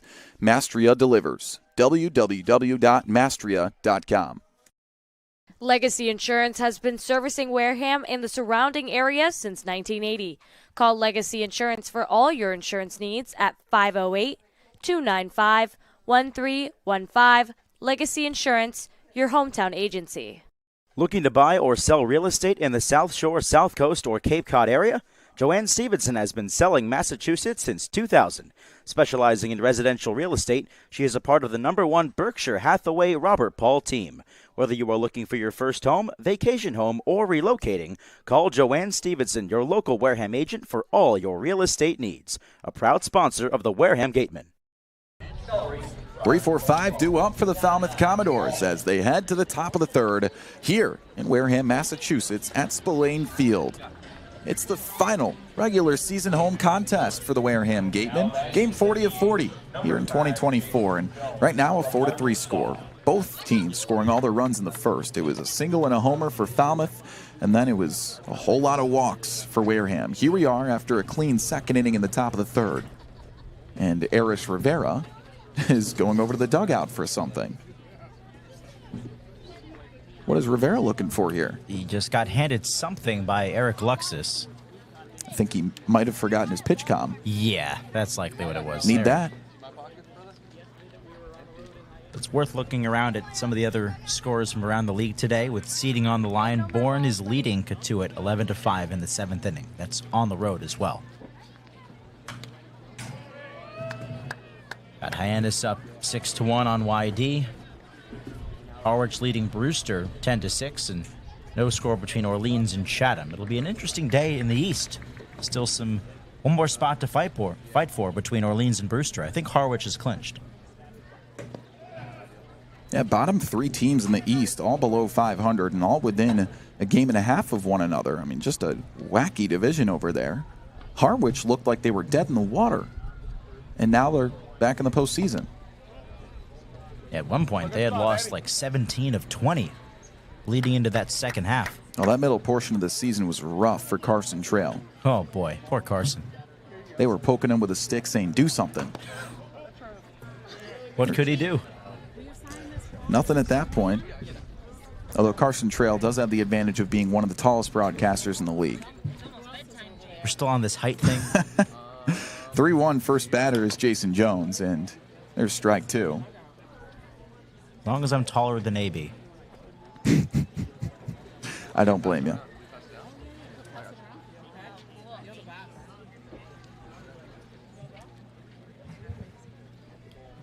Full count. First batter here, top 3.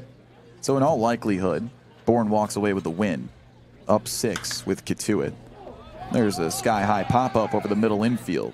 Jimenez makes the play. There's 1 down. Top 7 over there at Kituit as Bourne leads at 11-5. They walk away with that win. And unless Wareham does something really special here and some sort of lopsided victory, in all likelihood, the Gatemen do have the 4 seed in the West. And they go back to Hyannis. And that would not be fun.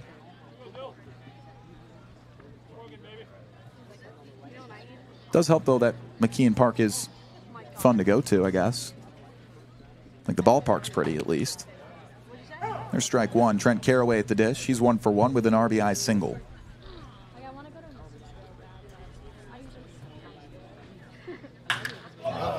That one crushed.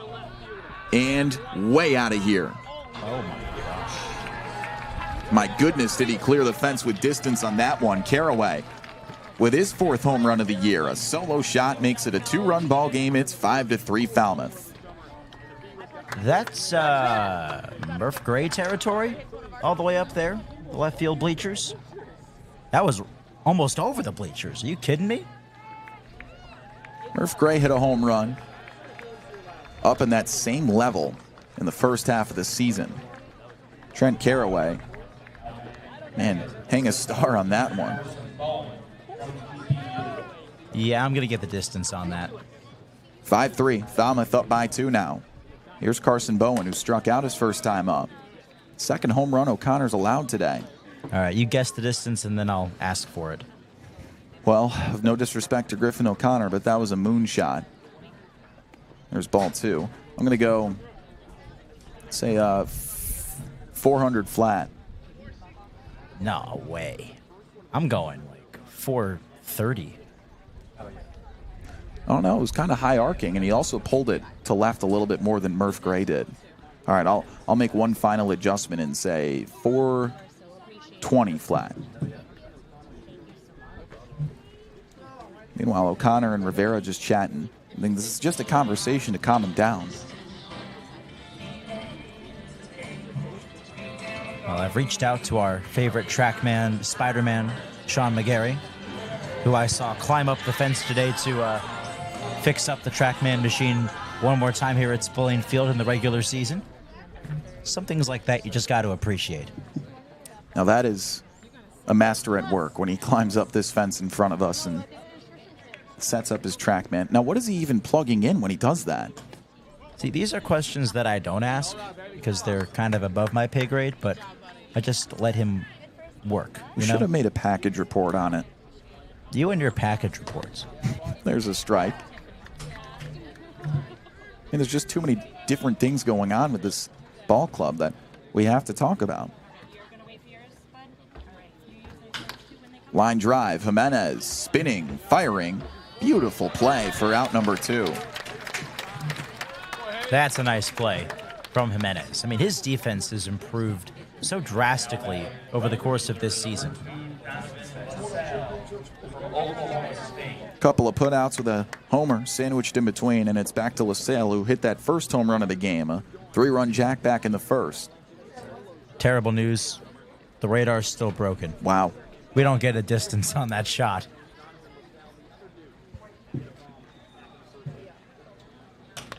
Popped him up. Rivera giving it a look.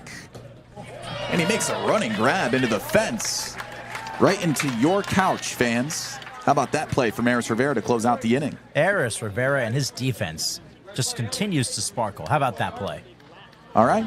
Defense helps out in this inning, but a home run does plate another one on the board for Falmouth. It's 5-3 as we head to the home half of the third on the Gatemen Baseball Network, powered by Cape League TV.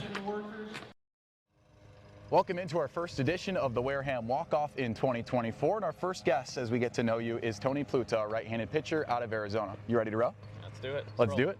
All right, Tony. Well, you're from Chicago, so what brought you out west to Arizona? So my recruiting coordinator at Arizona knew my high school coach really well and knows that whole area very well. So it's just kind of how I got connected with them. Gotcha. So they reached out to you in high school. You told me you topped out at 95 in high school, so pretty easy to get noticed? Yeah, that definitely helps. But, you know, going to all the tournaments and all that kind of thing helps.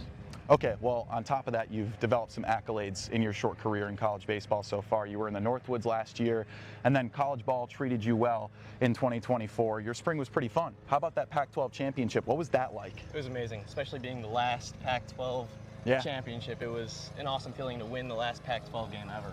Yeah, and then Brennan Summerhill, your Gateman teammate, hit the walk-off. So is it cool to share that moment with your Summer teammate as well? Oh yeah, it's great. Every moment with Summer is something special, so it's great to have a teammate like that. Speaking of Summer, you've been to a lot of different baseball destinations. This is kind of your first one for an extended period of time out east. Where does Wareham rank all time? It's pretty great. I mean, the Northwoods was definitely its own thing, but I love Wareham. It's a great spot to be. Yeah, it's been fun so far. We made it to home plate, so my final question for you, what's the goal this summer? Just pitch well, throw strikes, and get guys out. Awesome. Thank you, Tony. Thanks, Kyle. That's our first edition of the Wareham Walk-Off. We'll catch you guys next week.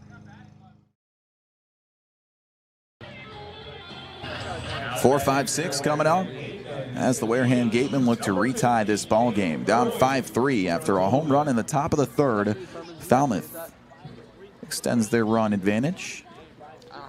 2-run ball game, and Nate Early leading things off.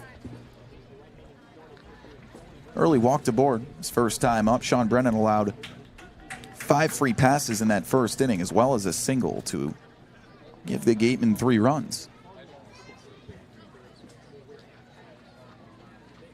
And there's ball 1. Well, the good news for Trent Caraway, although his home run distance might be a mystery, he could just make up whatever number he wants. That's true. He could lie about it. I mean, and he wouldn't necessarily be lying. He doesn't know what it is. No one knows. Yeah. Odds are he's probably underestimating the distance. Landed in the top row of the bleachers, middle portion of it, out there in left field.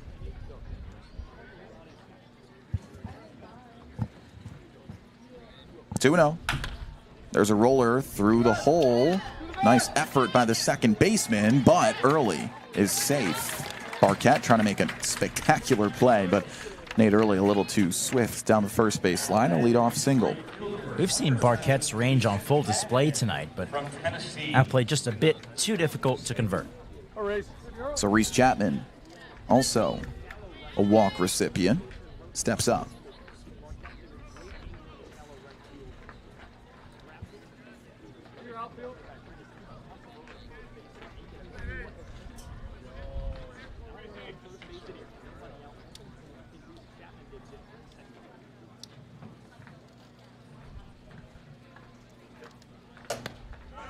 Big swing and a miss.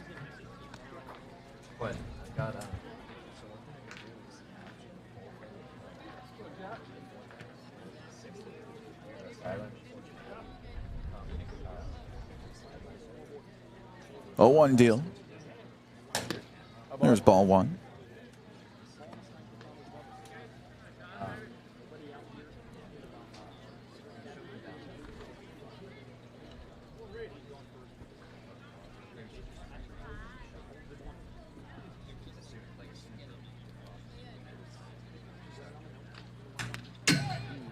And strike 2.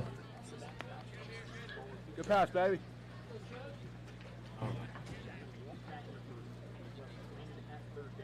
Wareham Gatemen throughout the entire season, second best batting average as a team at home, 285 at Spillane Field. Falmouth third best, 279.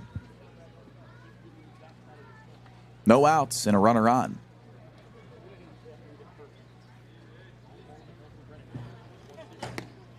And strike three. Chapman down on strikes. There's punch out number 3 for Brennan, and there's one away, bottom 3. A number that might surprise you is Falmouth's ability to hit the right-handers. 268, second in the league. Despite their struggles, they've been doing really well in that regard. Maybe they've just faced a lot of lefties, I guess.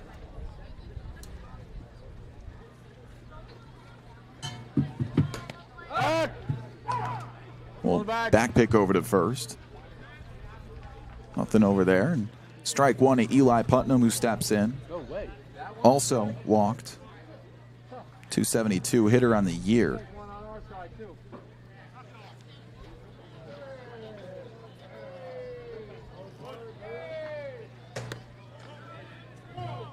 Didn't go around.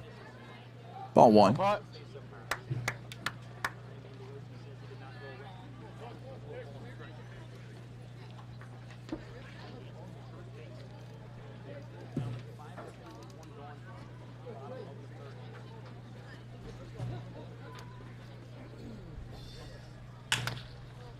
Tapper to short. Bell on to second. Barquette to first. A double play. That retires the side. Gatemen, the minimum for Sean Brennan. One hit, one left on base. And they're still down 2 as we head to the top of the 4th on the Gatemen Baseball Network, powered by Cape League TV. Welcome into our next installment of the Wareham Walk-Off, and this time we're joined by a Wareham Gatemen infielder out of Fresno State, Murph Gray. You ready to roll? Oh, yes, sir. All right, let's do it. Well, how was the Cape trip choose your destination this summer? Honestly, pretty great. I love it out here. The weather's nice, the people are great, and I'm playing with some of the best of the best, so I love it. Warm weather, too, I guess kind of akin to California being from there? Yeah, pretty similar. I'd say it's more humid here, but I mean, it's more dry heat in California. Gotcha. All right, well, before you were Mountain West Freshman of the Year, you had a pretty good high school athletic career. I heard you played basketball. Were you a good hooper? Yeah, I was a decent hooper. I played some center, some power forward. I did all right. Okay, you were kind of forcing that center role. I mean, you're 6'4", 6'5". I guess you were the tallest kid on the team? Oh, yeah, for sure the tallest on the team, so I kind of got forced into that. Okay, well, another thing that you did that you don't do now was pitch in high school. Is it true that you tossed a perfect game? Yeah, so that was our first game of the season. I tossed a perfect game, and it was honestly just kind of weird and surreal since I wasn't going to be a pitcher at the next level, so it was just... Okay, and then where did that transition happen where you decided to just become a hitter? I want to say about my junior year of high school, I was more focused on hitting, just becoming a better hitter, kind of bettering myself, and then I love hitting. It's my passion. So. Well, you're pretty good at it. You're on a hot streak right now, and you hit 3 home runs in a matter of 48 hours at the beginning of this week, too. So we're glad to have you. My final note on that, to get to know you before we end this session, your birth certificate says Tristan. So where did the name Murph come from? So the name Murph comes from the movie Like Mike, one of my favorite movies. Little white kid in there named Murph. Super pale, super white, and then when I was born, I was the same way, super pale, so the nickname just kind of stuck ever. New pitcher on the bump for the Wareham Gatemen. 5-3 score, and taking over is the lefty. Jack Smith from Arkansas has yet to get his first licks in the NCAA level, but Ethan, he's been solid in his one appearance for the Gatemen. Yeah, he was really well against Katuitt just a couple of days ago. 1 1/3 inning, 4 up, 4 down for the left-hander. So Griffin O'Connor's day is done. Final line for him, 5 earned runs on 4 hits through 3 innings of work, a pair of strikeouts. Gave up 2 home runs, his only 2 allowed as a pitcher this year. Smith to take on 7-8-9 in the Falmouth order.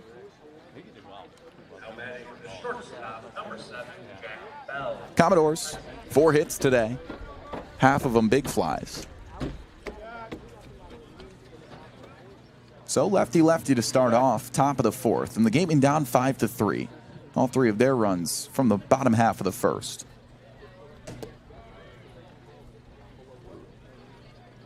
Four runs, top of the 1st for Falmouth. That was on 2 hits. One of them a single, another one a solo shot from Donovan LaSalle. Then Trent Caraway teed off on a ball in the top half of the third inning. Yeah, just a tough outing overall for Griffin O'Connor. But hey, he went 3 full innings, didn't he? Yeah, longest start we've seen from a Gateman pitcher since the All-Star break. How about that? Takes a little bit of stress off this bullpen that's averaged 5 2/3 innings pitched since the All-Star break. Luckily, they have the off day tomorrow. 1-2. And a 2-2 count to Jack Bell. They'll likely have Hyannis if things hold up the way they are with Bourne leading Katuitt. Gatemen haven't fared well against Hyannis in the season series.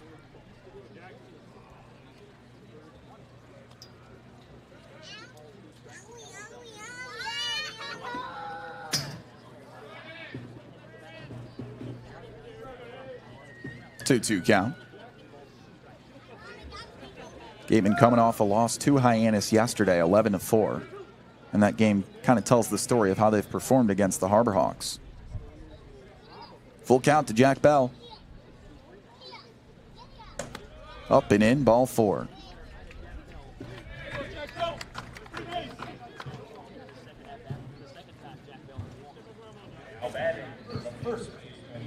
Gateman pitchers walk a lot of guys. 133, most of any pitching staff coming into this game.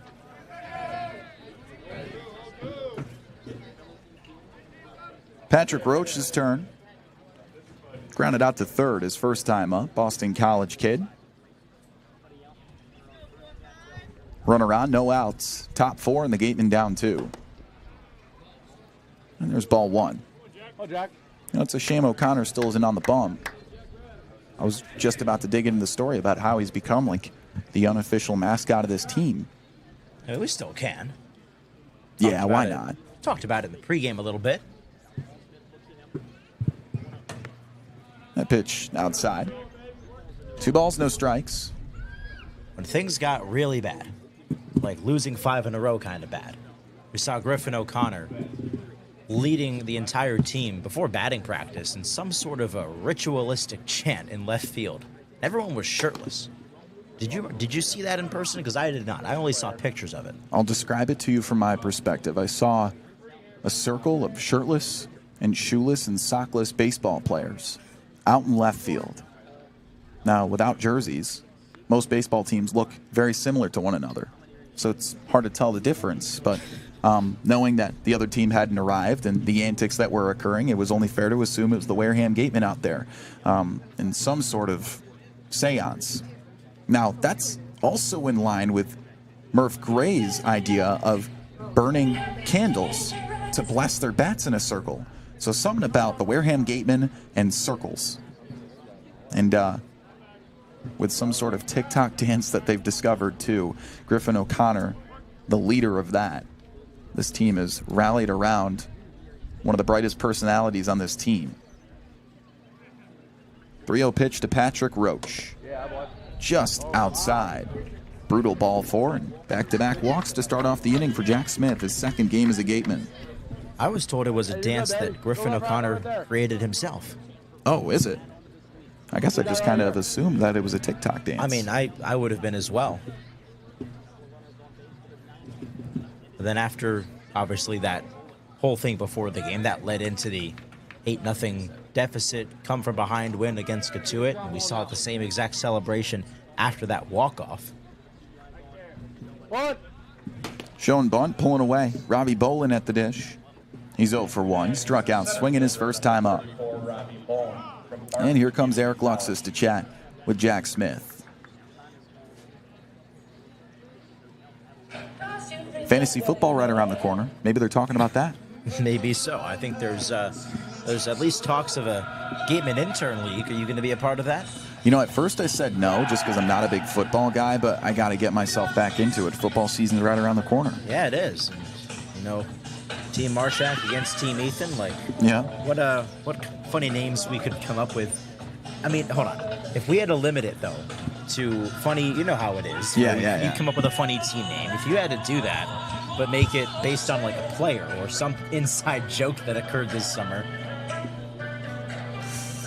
Man, that's a good question. I think I would do something along the lines of the joke of Griffin being the team dad. So I'm not sure what that would look like.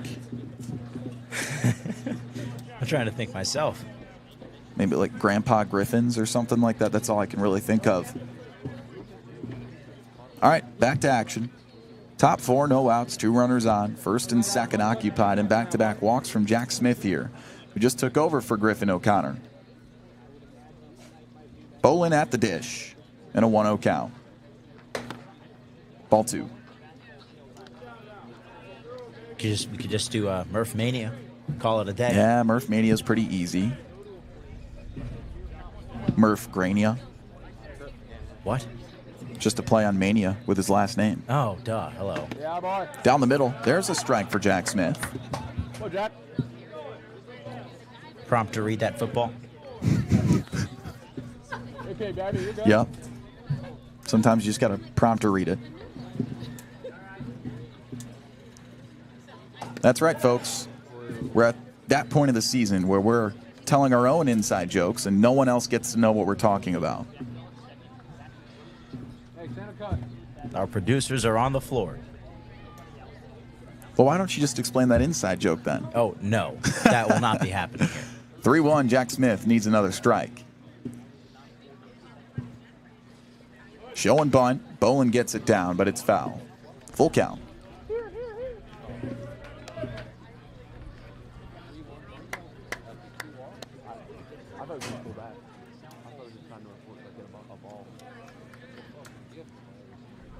Tell you what, I don't think the Falmouth crew is having as much fun as we are.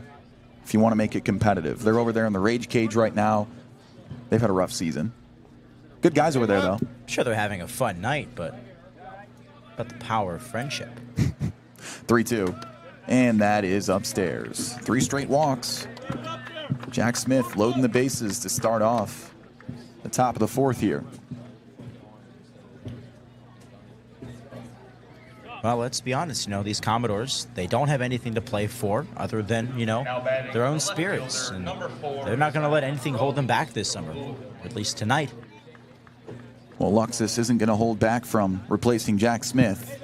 Walking 3 straight guys here in the top of the 4th. So with no outs, it's going to be a new arm. Pitching change coming at you on the Gatemen Baseball Network, powered by Cape League TV. Edition of the Wareham Walk-Off, and this time we're with an outfielder from Louisville, Michael Lippy. You ready to roll? Yes, sir. All right, let's do it. Well, Michael, like a lot of players in this team, you've been around the block. You're from Wisconsin, highly ranked player, and then you were in the Northwoods. So what brought you to the Cape? I think had a pretty good year in the woods, and my coaching staff just told me it's just the next step in the process of college baseball, so they decided to send me here. So, I mean, it's a blessing that I got sent here. It's a blessing I'm still here. So. Gotcha. So what about the big difference between Midwest baseball and the East Coast? Is this your first time being akin to the East Coast other than playing in the ACC? Yeah, I mean, this is my first time in the East Coast. I would say, like, playing baseball here and in Wisconsin, it's pretty similar in a way. I mean, obviously the competition is way higher out here in the Cape and the woods in Wisconsin and everything. It's much. The talent isn't as deep as it runs in the Cape. All right, well, my final question now that we're at home plate, which is a familiar spot for you. Yeah. Your favorite memories playing baseball here in Wareham so far? Favorite memories probably just like the bus rides and going on that winning streak that we had earlier in the season. I think that was like a lot of fun just to, baseball's a lot more fun when you're winning games and stuff, no matter like how you're doing personally or anything. So, I mean, it's just great team, great environment. So I'd say that winning streak and just all the bus rides have been a lot of fun. Yeah, so, seems like it. Well, can't help but agree. Thank you, Michael. Yep. All right, that's Michael Lippy. I'm Kyle Marchak. We'll catch you guys for our next edition of the Wareham Walk-Off. Stetson's Zane Coppersmith to take over here. Second arm out of the pen for Wareham as Jack Smith came in for Griffin O'Connor here in the top of the 4th. The Gatemen down 5-3 to the Falmouth Commodores. He walked 3 straight. So he's out of the ball game and they turn it over to the righty, Zane Coppersmith. It'll be his 10th appearance out of the bullpen for the Wareham Gatemen this year. He's been pretty solid, Ethan, a 3.6 ERA and 10 innings flat. Yeah, this guy has been pretty good out of the pen for the Gatemen ever since he arrived in the middle of the season. Pretty good golfer as well, as we have learned, and I had the distinct honor and pleasure of introducing him via the public address system, so that was fun. Yeah, you know what? It's the last home game of the regular season. You got to try everything. I think after this, how about we line up all the boys on the field and we have a little like pitch and putt competition or something. I think that would be a great idea. Well, word is Zane Coppersmith would be the best at that. Coming off one of his better outings of the year, as a matter of fact, a tie for his longest. He threw an inning and a third, no earned runs versus Katuitt just 2 days ago in that big win for the Gatemen when they came back down 8-0. But otherwise, man, it's been a lot of pitching and hitting struggles for the Gatemen as they've allowed a ton of walks today between Jack Smith and Griffin O'Connor and only have a couple of knocks to talk about as well. 4 hits for Falmouth, 3 for Wareham. It was 4 runs on 2 hits, a couple of free passes in the first, and 1 run on a solo shot from Trent Caraway back in the third. Gatemen all 3 runs on 5 walks and a hit back in the first. Here we are, bases juiced, and a new pitcher on the bump. Zane Coppersmith faces 1, 2, 3 in the order, and no outs. Zion Rose watches strike 1 down the middle.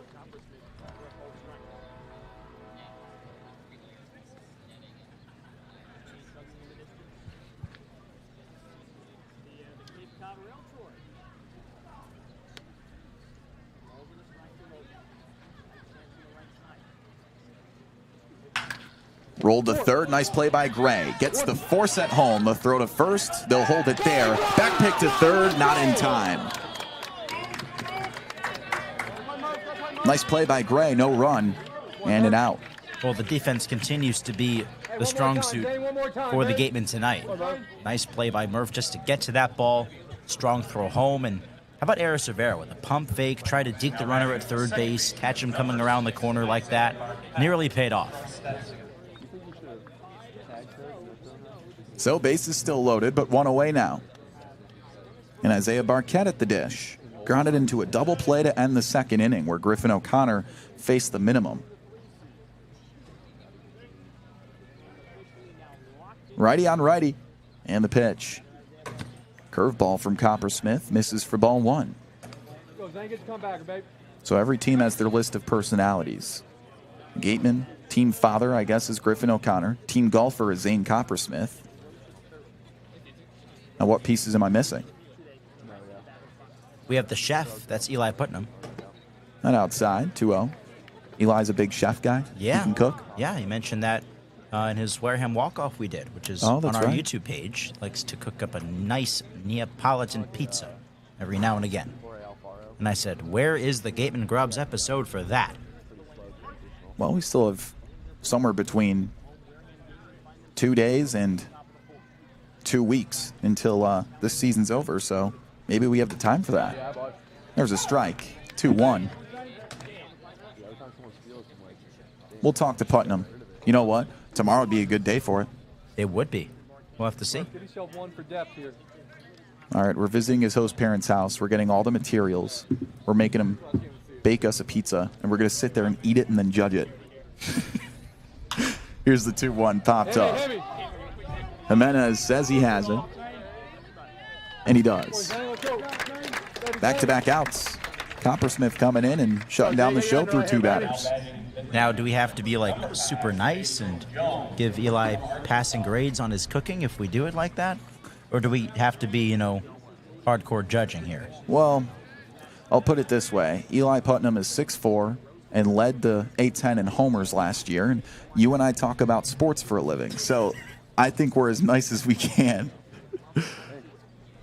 2 away. Base is still loaded, and Jason Jones at the dish. You'll just take any food you can get, Kyle. Yes, I will. You know what my favorite seasoning on food is? What would that be? Free. Can't argue with that, man. Can't argue with that. 2 away, and Coppersmith looking to get out of this bases loaded jam.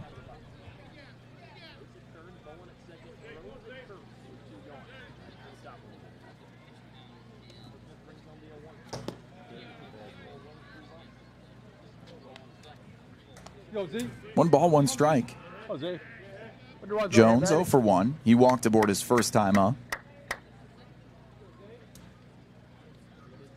276 hitter on the year, but he strikes out a ton, only a 319 on base. Strikeout would help here. Called strike. Give it to him.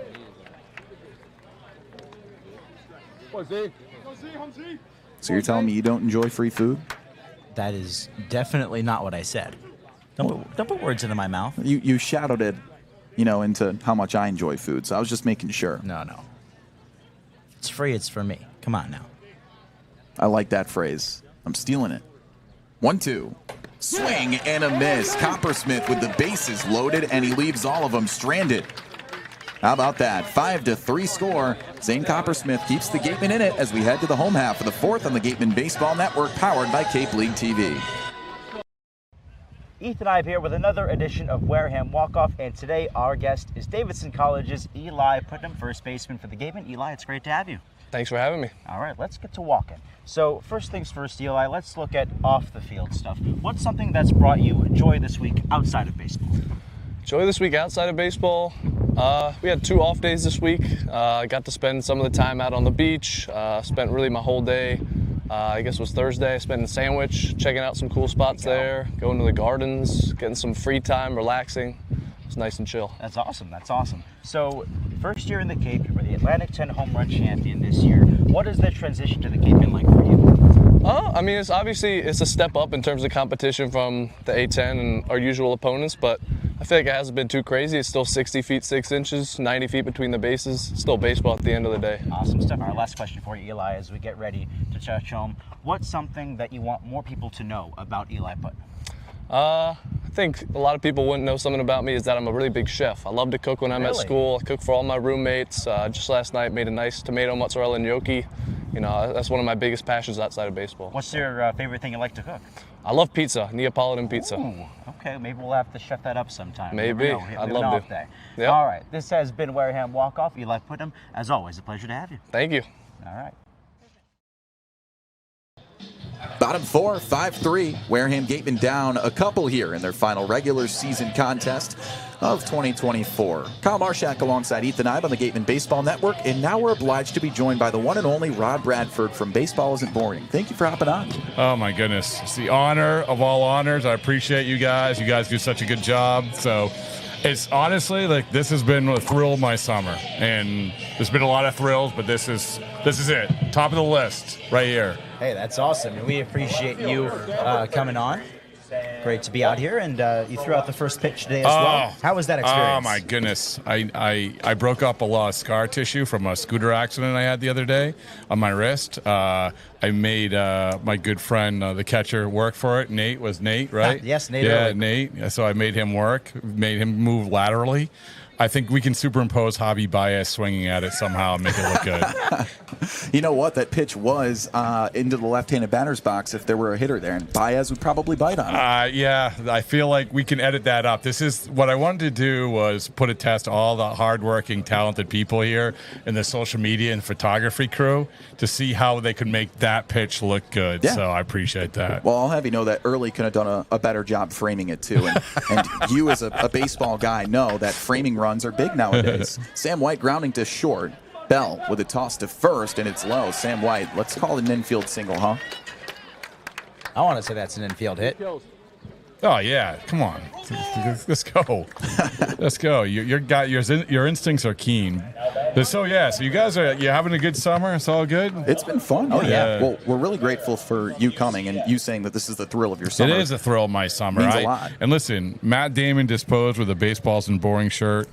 Derek White in front of the entire Fenway Park crowd celebrated in a Baseballs and Boring shirt. This trumps it all. I mean, those are good things, but this trumps it all. Wow. Derek White in a Baseball Isn't Boring shirt. It's beyond the sport at this point. Yeah, well, listen, I mean, it's first of all, Derek White loves baseball, but so what I do is I give him the shirt, but I didn't know he was going to put it on, but he put it on, so I'm not going to fight him. But honestly, guys, it's just such a fun season overall, and it's really been great to integrate it into the Cape League. It's been so much fun. There's ball one, and it rolls all the way to the backstop. Ball two to Rivera, and Sam White onto scoring position. So you are very, very into the baseball world. You're The creator of Baseball Isn't Boring, alongside Joe Kelly, famous relief pitcher. Former Cape League guy. Yeah. I mean, but who isn't really? So True. But yeah, Joe, and I'm doing a book right now with Daniel Bard, like former Wareham Gatemen. So, which that was an homage to when he had the yips when I threw out that first pitch. So, yes. I already sent him the video. Or Rick Ankiel. A lot of guys with the yips. Me too. Swing and a miss, 2-2 count to Rivera. You know, I wouldn't have thrown a strike, to be honest with you. Ethan, you've seen me play catch. Yeah. It's not pretty. Yeah, you know, find myself chasing after. Nah, come on. I appreciate it. It was just a poorly executed thing. It's you just have to own it. So it's but it was an honor. I'm not even downplaying. It was an honor to do it. And really with the Cape League, you know, I've said this to so many people. We've said it on the Red Sox broadcast plenty of times. Just the amount, forget about the players. The players get their just due, but people like you guys, the interns, the hardworking people behind the scenes, these are the people that show their talent and then go up and to do great things. And there's so many examples of it. Well, we really appreciate that. And it means a lot for us, for a guy that's so affiliated in the Red Sox sports world and the Boston sports world, to really show that grace as Rivera tosses a grounder over to first, and he's out. One away, and Sam White moves to third. So with that, you're on WEEI a ton, flagship station of Boston sports. What is that experience like? How did you get to know Andrew Duffy and the entire Cape League? Well, listen, Andrew's the best. I mean, he's like the straw that stirs the drink when it comes to capturing everything that happens at Fenway Park. But, when it comes to EEI, I've actually been doing the Cape Cod League Managers Brunch, emceeing that for the last 11 years. And that was my first introduction to the Cape League. And really it was, I went there and I had all my jokes, Jessica Biel getting out of the pool and summer catch and all of that stuff. But then I realized these guys just want to eat their eggs and get out of there as quick as possible. But it was great. It was great to get to know everybody. And that was my introduction to it. And since then, I've made a lot of great friends, and this, between the All-Star game and this is taken to another level. So let's talk more about the whole Baseball Isn't Boring podcast. And I'd like to know really about the origins of it and what you hoped to achieve by creating such a brand and a show. Well, thanks for asking. It's a good question. Like back in 2022, Joe Kelly and I wanted to do a book, and Joe's wacky, but he's really smart and he loves baseball, and we just wanted to do a book on sort of baseball not being boring, not necessarily the Joe Kelly story, but it was one of these things where we reverse engineered the book. So we started Baseball Isn't Boring. That was going to be the title of the book. We made T-shirts. We made the social media account. He did an op-ed in the LA Times. We ended up doing the book, and then I was like, well, we got to do something else. There's a scorcher up the middle and a base knock. Michael Lippi coming through with his 9th RBI of the year. He turns the corner and stays there. How about that, Bradfo? You're giving us good luck. Man, I mean, it's science, right? I get up here as they start hitting. They're relentless. I love it. Falmouth puts up 4. They come back with 3. Put up another. They come back with another. I love this. I love this team. I'm adopting this team. And big things in the playoffs. But to go back to it, so we went through this. Basically, we had the book. We finished the book, and I said, we got to, it lends itself to a podcast. And so Odyssey, my parent company, said, sure, do it. You do it every day, a national podcast. And so that's what I've been doing. And it's been great because I get a chance to interview a lot of people that I didn't normally would interview, like Joey. I'm just thinking off the top of my head, Joey Votto and other people. Leadoff hitter Jimenez at the dish. There's ball 1 with Lippi on first, and the Gatemen down a run. But podcasting, you guys know, I mean, this is the straw that stirs a drink with the media right now, right? You guys going to be broadcasting. The employer is going to be saying, yeah, you also do a podcast. Everyone has to do a podcast. A pitch outside. Ethan, you've been the forefront of the podcast that we've created this year, so I think you have 2 cents to give about that. Yeah, it's all about giving these players a platform, and our podcast is called Wareham Whip Around. That's on Apple and Spotify. Oh, you don't have to tell me. I love it. You it's follow awesome. it. Oh, of course. Oh my goodness, it's great. I love it. Wow, that's really great to hear. Papa, left side. This one into no man's land. Coming in is Bolin, and he'll make the play. 2 down. Well, I think you can echo this as well, Bradfo. Giving players a platform that they deserve to share their stories and just tell things the way that they have experienced it from their perspective. Yeah, and it's a conversation, right? It's you just get into the conversation and you end up talking about. I think the biggest thing with podcasters, I think when people get they messed up with it, where they come in with a list. I have to ask these questions. No, you come in with 3 or 4 things. You talk about it. It's like you're just talking with a buddy of yours. But I honestly mean it. Like, you guys do such a good job with the podcast, and we actually ended up having the podcaster. There's a swing and a fly ball out to left. It's trailing foul, and it'll land as such. But this was a great example of what we're talking about with the Cape League. Last year, I got to know Bella Geskos, who was an intern at the Cape from North Carolina, and I got to know her. And then I started following the podcast and the Cape League podcast, and she was very, very good at it. And so I offered the opportunity. I said, hey, listen, for Baseball Isn't Boring, you want to do college baseball stuff. She ends up doing it. She goes to the All-Star game. She's the only person at the All-Star game who had interviewed in person the top 4 picks. But that was all stemmed from doing things at the Cape League. No balls, 1 strike, 2 away. Colby Turner at the dish with 2 down. Line drive through the hole and into left field, back-to-back knocks. So with that, you talked about all these guests that you've had. What's the best story that you've had on Baseball Isn't Boring? Well, I tell you what. I mean, there's too many to go. Like, I always get that question: who's the best interview? Like, and what I usually default to is Pedroia. Pedroia is the one I usually default to because we have a good relationship and we can mess with each other, and he's always entertaining. But with the Baseball Isn't Boring, there's been a lot of. I mentioned the T-shirts and things, but the other day at the All-Star game, I have stickers. I go to Luis Arise and I say, "Here, have a sticker." And he's like, waves me off, no. And he reaches in his back pocket and he pulls out a Baseball Isn't Boring sticker. He's like, I carry this around for good luck. I'm like, oh my goodness, like that hit. That one hit well out to left, but right at the left fielder, Rose. So that's bad luck to close out the inning. But 1 run does come in on a single. Bradfo, feel free to stick around for another half inning if you'd like. I love to. I love being with you guys, so thanks for having me. Awesome. All right, with that, let's toss it to the 3rd member of our broadcast crew, Madison Walker, for more stories. Thank you so much. Down here on the field, hoping that we are going to get that last run in to tie it up, but I'm liking where we're at this point in the game, right? So we didn't start off how we wanted. I was thinking recently we've kind of had, a couple runs scored in each. I'm sorry, it just started raining on my face just now. It was not raining the whole time, totally just distracting me, my thoughts. That's not a good sign, you guys. I'm down here on the field and it's starting to rain. But hopefully we can get our pitching under control. Zane's looked really strong out there on the mound. We can get a few more runs in and hopefully win this last regular season game. We'll be heading into the post-game season soon. And sorry, I'm just all over the place. I was not ready for it to start raining on my face. Let's hope that this rain kind of can hold out for a couple more innings. So as of now, I'm going to throw it back to you guys up there. Thanks, Madison. Yeah, a whole lot of activities in this ball game today. Still Kyle Marchak with Ethan Eibe and the one and only Rob Bradford as we continue this conversation with the guy who created Baseball Isn't Boring, as the Gatemen are now back within a run as we head to the top of the 5th. A lot of fun stories. You talked about Pedroia, Arias, and really your brand that's just become international. Yeah, well, we have, I guess by international, we have Japanese Baseball Isn't Boring shirts, which Joe, Ambassador Joe, or Joe Kelly, who owns the LLC, I guess. I don't know. I haven't looked at the legal papers. But he wears his Japanese Baseball Isn't Boring shirt almost every day. And the idea, obviously, was like, Joe, get them on Ohtani and Yamamoto. Come on, just one time.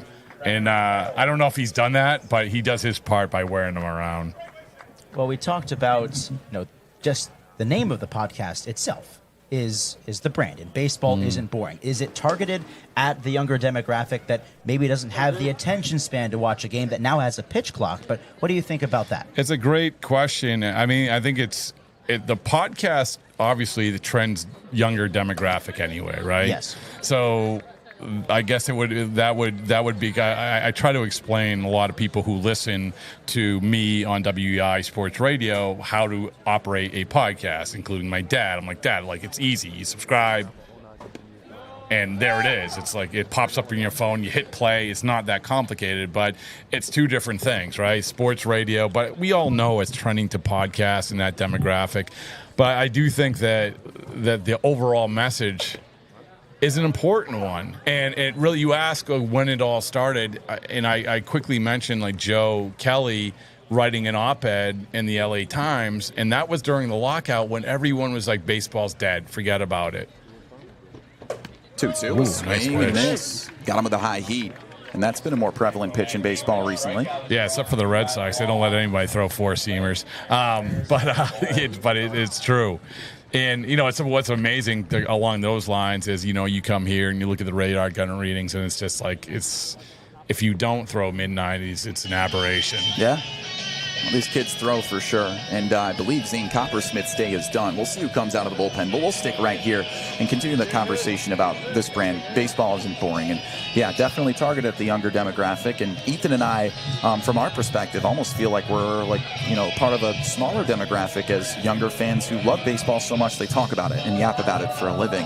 So where did your idea for, you know, making this a thing that you talk about and your love for it come from?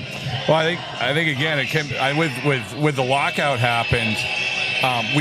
It was a challenge. I mean, that was not the narrative, especially when it comes to the demographic that we're talking about. But you know, how do you get people involved? Well, you get people. Let's be honest. You get people involved with T-shirts. People like T-shirts. People like stickers. People like podcasts. People like all of that stuff. And so you slowly integrate them in, and really, and you guys know this better. And believe me, I would love any ideas from you guys.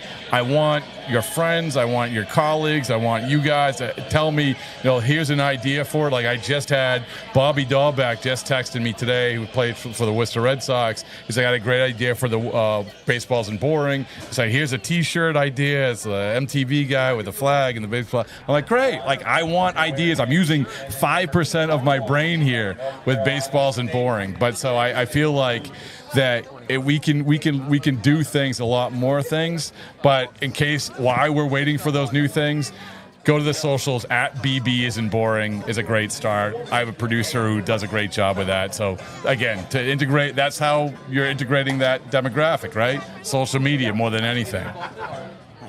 And I feel like, you know, you're giving players the platform to share the game from their perspective as well. When you think about it, you know, for just generations of media folks, just like Kyle and I, you know, they have been able to tell what they believe the game to be through their eyes. But now, in the age of social media, players have more control. Do you agree? It's a great point especially about players' brands and how players want to control their brands and how open they are to doing things because they know it's good for their brand.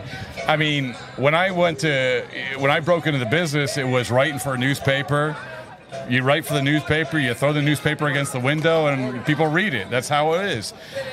And you cannot treat it anything like that anymore. Even the most hardened, experienced journalists.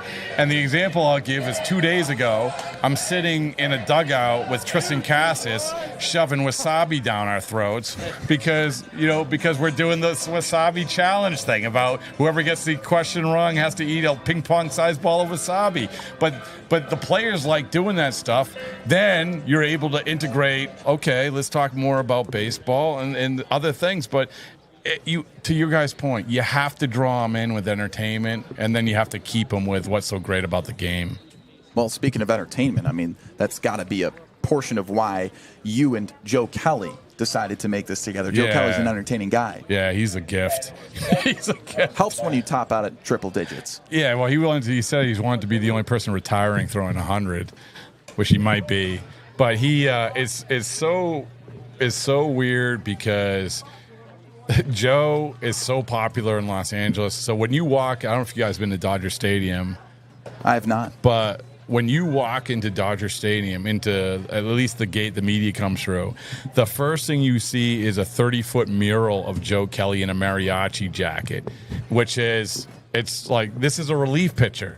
So, but that is why people like to gravitate to him, because he's what is important about baseball, which is fun, which is entertainment, which is actually being good at the game. And pure gas. Yeah, right? I mean, and sometimes it goes through his living room window. Jackson Lucas taking over on the bump. He gets a ground ball out of Carson Bowen. A toss over to first in time. Lucas is 11th appearance out of the pen, as you were saying. So let me ask you guys this, all right? This is what I ask almost all the players. All right. Besides, this isn't the wasabi challenge. I'm not going to ask you to eat any wasabi. All right, well, listen. If I brought some, I would be eating it right now. Yep. But I'm going to ask each of you, same question I ask everyone. Why isn't baseball boring? And there's no wrong answers. I don't care who goes first. Ethan, you cook that up first. Ooh, okay. Give me a second. Gosh, I do want to think about this. Why isn't baseball boring? I have asked the question slowly, and I've given myself time to think. You're a pro. This is like all the radio pros do that. They repeat the question and then they repeat it slowly. Excellent. What's a broad question? I know, but here's the thing. I love asking this to players and GMs and managers, whoever, because everyone has a different answer and there's no wrong answer. So for me, as Lucas deals to Donovan LaSalle here, the reason I find baseball so entertaining is in complete juxtaposition to why people find baseball boring. And it's because it's a slower sport. But for me, that pace allows for more time for important stories to be told. I mean, baseball is such a historic sport. It's the oldest one in all of the major leagues that we've seen in the United States. And I was watching a video the other day of Vin Scully and his career. And the pinnacle of it was when Hank Aaron hit his famous home run to punch himself as #1 all time. And he said, he uttered the words, a man in the Deep South, a black man in the Deep South, bringing this stadium to its feet. For me, you can't tell stories like that without a slower pace of sport like baseball. Okay, and I've got one, I guess, kind of going off of what you just said. Baseball isn't boring because of the personalities that surround this game. Because, and what I've learned, not just from watching what your work has been, Rob, but by talking to all of these Gatemen guys as well, is the people that they are off the field are just as important as what they do when they're wearing the Gatemen jersey. It's the stories they bring to the table. It's the experiences of their past. Baseball isn't boring because of the wide flock of life that comes into our game and how amazing it is, all the different perspectives that we can get. See, I want each of you to cut that audio and put it on your reel, all right? Because honestly, that's what I said. I almost never get the same answer, and I've never gotten those answers. I mean, I've asked this to a bunch of people, and there's no wrong answers, and they're always good. And you guys just gave 2 excellent answers, and I'll just follow it up with sort of along these lines, where when Joe Kelly interviewed Rob Manfred, the commissioner, for an entire chapter in the book, one of the things that Manfred said, and I agree, it is the best game to go to. And the reason is along the lines of what you're talking about, is because when you go to a baseball game, we can sit there, we can talk about the personalities, we can talk about whatever happened in our day, we can talk about what happened, and then boom, something incredible happens, and then we talk about this. In hockey, in basketball, in football, you sit there and you're boom, boom, boom, boom, boom, boom, boom. That's not baseball. And so I think that's what baseball lends to itself. And I think that you guys articulated very, very well. Excellent. Thank you very much. Put it on the reel. We really appreciate that. Well, Jackson Lucas got that strikeout to close out the inning. A whole lot of good luck out of you, Mr. Bradford. We really appreciate your time. Yeah. Listen, you guys just remember, keep me in mind when you're famous. I appreciate that. Come on now. Thank you. Thank you, Bradford. You're the best. Bradfo's the best. All right, guys, that was Rob Bradford closing out a fun inning with us as the Gatemen are still in this one. Final regular season matchup, 5-4 score. We're going to step away for just a couple breaths and come back as we head to the home half of the 5th on the Gatemen Baseball Network, powered by Cape League TV. I couldn't get out, so they stopped the game. Umpires actually had to peel me out of the fence. They had to pull the fence. And an incredible guest for us today on the pod, in the words of the great Jason Stark, writer, broadcaster, and distinguished former major leaguer, Doug Glanville. Doug, it is terrific to have you on today. So, any favorite ballparks that you visited while you were in the Cape? Yeah, I mean, of course, you got to love Spillane Field with like the all dirt infield or whatever you had going there, the darkened dirt. Back here on the Gatemen Baseball Network, powered by Cape League TV. Here's Nate Early at the dish as we begin the bottom half of the 5th inning. It's a close one on the regular season finale from Spillane Field, a 5-4 lead for the Falmouth Commodores, who in essence have nothing to play for except their pride. While the Gatemen still playing for some playoff seeding. It's 2-0 on Early. Early, the cleanup man today. We'll see Reese Chapman and Eli Putnam as well. Ethan Eibe alongside Kyle Marchak. inside. Ball 3. We thank Rob Bradford for his time, the all-too-famous Bradfo. Founder of Baseball Isn't Boring. Very generous with his time, able to give us an inning. Really, really amazing conversation. There's a called strike, 3-1 on early. Yeah, totally good reason why I didn't get to introduce you is just because he was here. We had to reset up all the stuff. So it's a shame. Last game of the year, and it's the only one that I haven't introduced you is stepping up to the mic. Okay, well, hold on. As this one's outside, ball 4. I'm going to give you an opportunity to redeem yourself. Would you like that chance? Oh, he just cleared his throat and everything. It's the bottom of the 5th inning. Gatemen down a run, and taking you the rest of the way through this one is the one, the only, Ethan Eibe. Oh, it just felt so right. Thank you, Kyle Marchak. Ethan, what's your middle name again? Daniel. Ethan Daniel. That's funny because your first name full is Ethaniel. Well, no, that's not accurate at all, and I can prove that with my birth certificate, as Reese Chapman takes a strike. I do have a gripe with my middle name, though. Why? I don't understand why I was given Daniel as the middle name. There's just no reason behind it? No, there is no one in my family named Dan, Daniel, Schmanuel, anything. You know Schmanuel. Called strike to Chapman again. It's 0-2. The story I was told is that I was supposed to be Ethan Joel. My uncle was named Joel. And at the last second, the plug was pulled on Joel, and it became Daniel simply because they didn't want me to be an EJ. Oh, I see. So really don't understand all that. Is Chapman takes one outside, 1-2. So you could have been talking to an EJ, but instead you're talking to Ethan Daniel. I mean, why not just your father's name, Glenjamin? That's not his name either, but good effort. Good try. Good effort. What's your middle name? Monroe. What's the chuckle for? I don't know. It's the way you said that. There's a swing and a miss. Chapman down on strikes, 1 away. Okay, well, what's Monroe after? My great-grandfather's middle name was Monroe. Wow. So Yeah. it's a passed down middle name. It's no one's first name. Yeah, no one's first name. It was just another middle name, I guess. And I believe it was my great-grandfather, Max, who was a great man, Maxwell Monroe. That's a great name. I do have one more gripe to share with you, though. Okay. On my own middle name. As Eli Putnam stands in and takes a hat, comes up empty.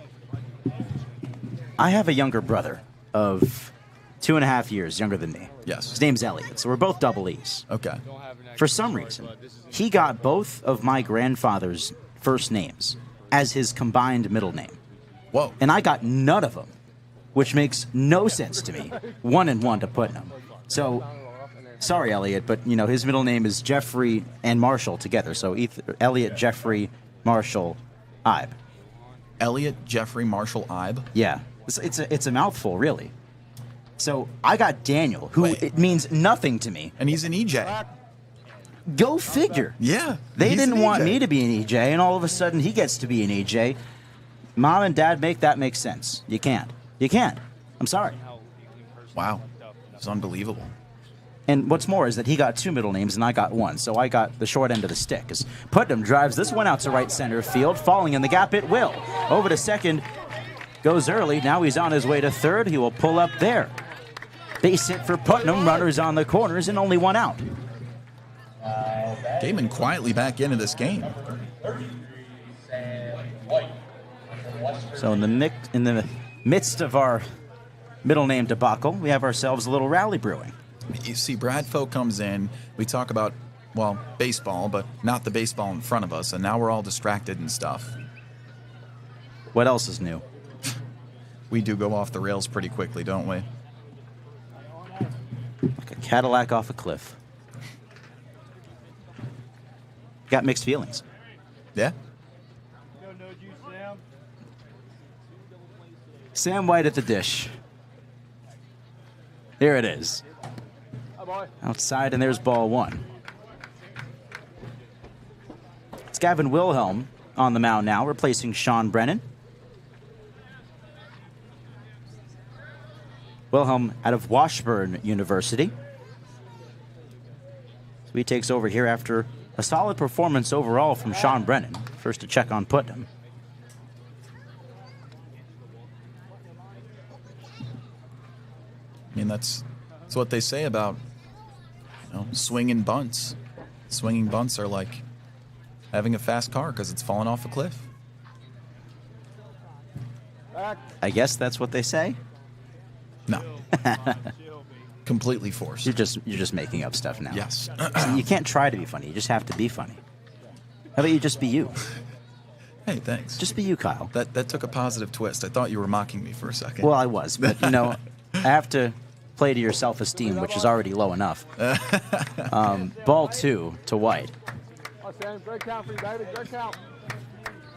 I got nothing to say about it. It's just a funny joke. Because it's a joke, right? I think it's a joke. Runners on the corners, one away. Here's Wilhelm. A wave and a miss. 2-1 on White. We have too much fun. Is it legal to have this much fun? I'll have to look it up. I'll talk with my lawyer, Glenn Hannington. And you can keep that foul ball.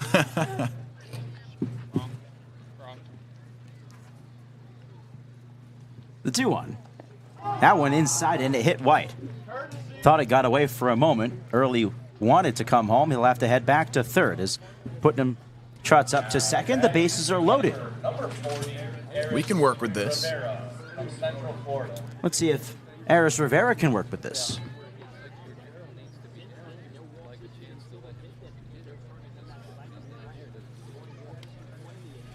Rivera 0 for 2 today. A couple of ground ball outs, one of them a double play. A 5-4 Falmouth lead, game 40 of 40. The playoffs beginning on Tuesday. League-wide off day tomorrow to prepare.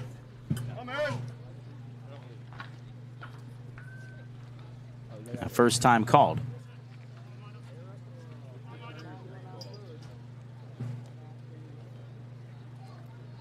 Bulk of the runs scored in the first inning for either side. Falmouth put up 4 in the top of the first against Griffin O'Connor. The Gatemen struck for 3 right back. First pitch. A slider outside, ball 1. It was a wild first inning for both Griffin O'Connor and Sean Brennan. Brennan walked 3 and hit 2 in that first inning that helped the Gatemen get right back into it. 1-0 to Rivera. Fouled back. The Commodores relying on the long ball tonight. A 3-run shot by Donovan LaSalle in the first, and they added on a solo shot in the third by Trent Caraway. Michael Lippi drove in a run in the 4th inning to make it a 1-run game again. And now Rivera here with a chance to turn this ball game on its head. White at first, Putnam at second, Early at third, and the 1-1. Outside. Such a patient hitter. He really doesn't chase a lot of stuff. Rivera, a terrific story, a JUCO product. Polk State College, now transferring to Central Florida. There'll be a night coming up in Orlando. 2-1 on the way. Oh, my. That got Rivera, but he gets right back up. How about Aris? Right down to first base he goes. They're going to check on him regardless as Early comes in to score on the hit by pitch. Scary stuff right there. Yeah, I mean, guys get hit by pitches all the time, and that's obviously not his intent right there. But, pitch runs up and in sometimes, and all you can do is duck and hope. Can't mess with head injuries. Training staff for the Gatemen out to check on Rivera. Ryan Smythe right there with them. I was impressed how quickly Rivera got right back up. Oh, just another hit by pitch, I guess.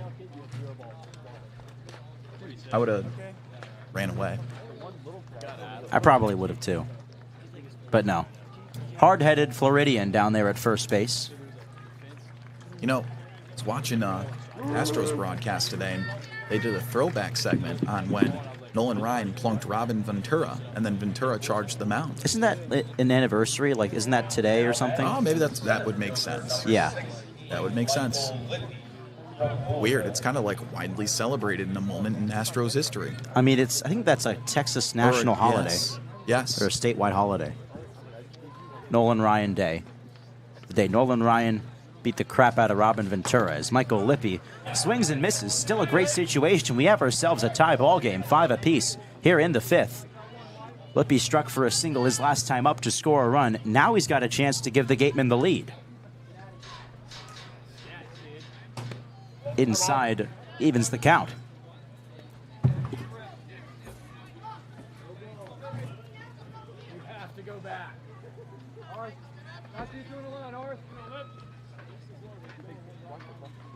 Wilhelm deals. Wave and a miss. It's Rivera at first. He has stayed in the ball game. White at second and putting him at third.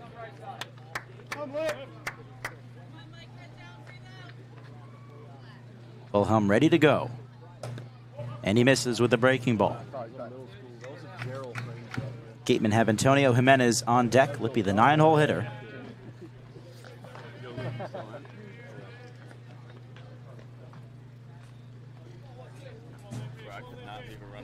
Taking a long look in for the sign here from Carson Bowen. And the 2-2. Got him with the curveball. Nice play, a nice pitch there for out number 3, or out number 2 rather. Yeah, he was changing the timing on him there. And that curveball is such a big speed difference, had him way out in front.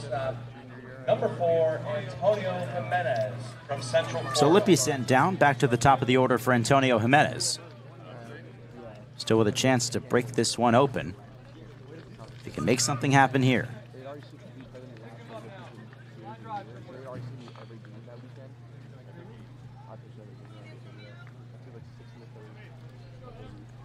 Wilhelm looking to work out of the jam. Jimenez fights it off for strike 1. We talked about questionable decisions. Is there any decision more questionable than Robin Ventura's one to charge the mound on Nolan Ryan? 100%. The execution, too, because he just, put himself in a headlock. It's awful. Just ran right into it. Right into trouble. Commodores could be in trouble here. The 0-1. Lovely breaking ball there. A called strike at the knees.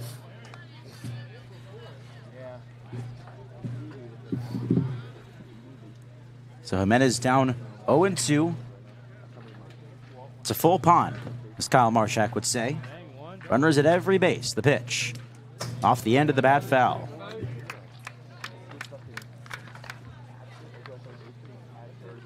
If the inning continues, Colby Turner waits on deck.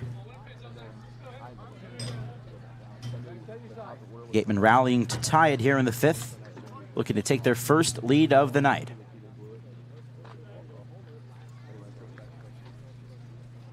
(0-2) from Wilhelm. Ground ball towards second. Picked up there by Barquette. And the throw to first in plenty of time for out number 3. Gatemen leave the bases loaded, but a hit by pitch off the noggin of Aris Rivera winds up tying this ball game as Nate Early comes in to score. So we'll send this game to the top of the 6th. Jackson Lucas back out there for more with a tie ball game when we come back on the Gatemen Baseball Network, powered by Cape League TV. Ethan Eibe here with another edition of Wareham Walk-Off, and today it's right-handed pitcher Cole Lehman out of Lehigh University. Cole, It's great to have you. Let's get going. Thank you. Thank you. How did you even find your way to Wareham? There was an old player at Lehigh a couple years ago, Mason Black. He played for Brewster. I think Coach Smythe was an assistant there, so there might have been some type of connection there. Other than that, it's always a goal of mine to be up here, and my coach at Lehigh made it happen, so I'm very excited to be here. Things that you are working on this summer. Yeah, I think I found success in it in one of my starts, just kind of throwing the fastball in. That was a huge thing. Coach Luxus said that to us day one. Fastball in and change-ups to righties, so we've been trying to work on those things and, just keep my stuff working. There you go. So, over at Lehigh, you are an economics major with a Spanish minor. Now, I'd love to know why the choice in both the major and the minor? Well, I had a great economics teacher in high school, Mr. Wagner, and then Spanish minor, I just did some traveling as a kid. My family, we went to Cuba. I played in Puerto Rico for a week. How are you enjoying the Cape League experience so far? Oh, it's great. I love all the guys, love the coaches, love my host family. Tate, I live with Tate, love Tate. That you think more people should know about Cole Lehman? Well, I have a special talent of finding 4-leaf clovers. Really? So that's something. But try to be energetic, try to bring good energy every day. At school, something I'm big on is trying to help the younger guys, do the best they can and grow into the best pitchers they can be. So it's a big part of my game and who I am. So yeah. Well, always looking to pass it along. Pleasure to have you. Thank you. We go to the top of the 6th inning from Spillane Field. We're all tied up at 5 on the last game of the regular season. Ethan Eibe alongside Kyle Marchak. Our producers tonight, Joseph Patrick Henry, and Allison DeWitt's in the house. And it's so awesome to see you, Allison. Jack Bell at the plate. The first pitch outside from Jackson Lucas. The following trio walked in their last time up. Bell, Patrick Roche, and Robbie Bolin. We'll see all of them here in this 6th inning. Down for ball 2. Well, Gatemen rallying to tie it, and they've still got that fight. It's a team that's got so much dog in them. What kind of dog do you think encapsulates the Wareham Gatemen of the year of our Lord 2024? I'm going to go... Because we've assigned individual dogs to players. I mean, we had one player assign a dog to himself, as this one just barely outside 3-1. We saw Gavin Black claim to be a Presa Canario, which was something I hadn't heard of until he said that. What else? I'm going to go, this team's a Great Pyrenees. Ooh, okay. This one laced foul, 3-2. Also, it's about to pour. Is that what your radar says? Is that what your dad app says? Yes, my fatherly... How about this? The gray hairs in my beard are standing up. Yeah, the beard you can't grow, and neither can I. Yeah. I'm glad you specified that second part. Yeah, well, I needed to be humble. As there's a swing and a miss, strike 3. Lucas fans Bell to begin the 6th. At least we know our strengths in life. Wait, now I feel like I'm being lied to. It looks like it's about to pour, but it says that it won't hit us until like 9. Maybe this thing just... This storm's moving slow. Maybe you just don't know how to use the app. There's a strong chance. It's entirely possible. It's entirely possible. Cloudy with a chance of Marchak. Called a strike, even though Rivera couldn't squeeze it. Here's Patrick Roche now. Over 1. First baseman out of Boston College.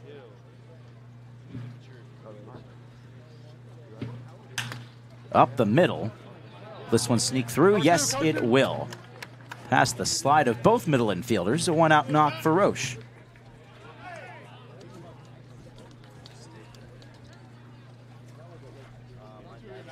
That brings up Robbie Bolin, the 9-hole hitting center fielder. All tied up at 5 here at Spillane. Nice Sunday night for baseball, as long as the weather deems it so. Number 34, Robbie Bolin from Barton Community College. Bolin out of Barton Community College. He'll be transferring to Nebraska. A wave and a miss for strike 1. Baby.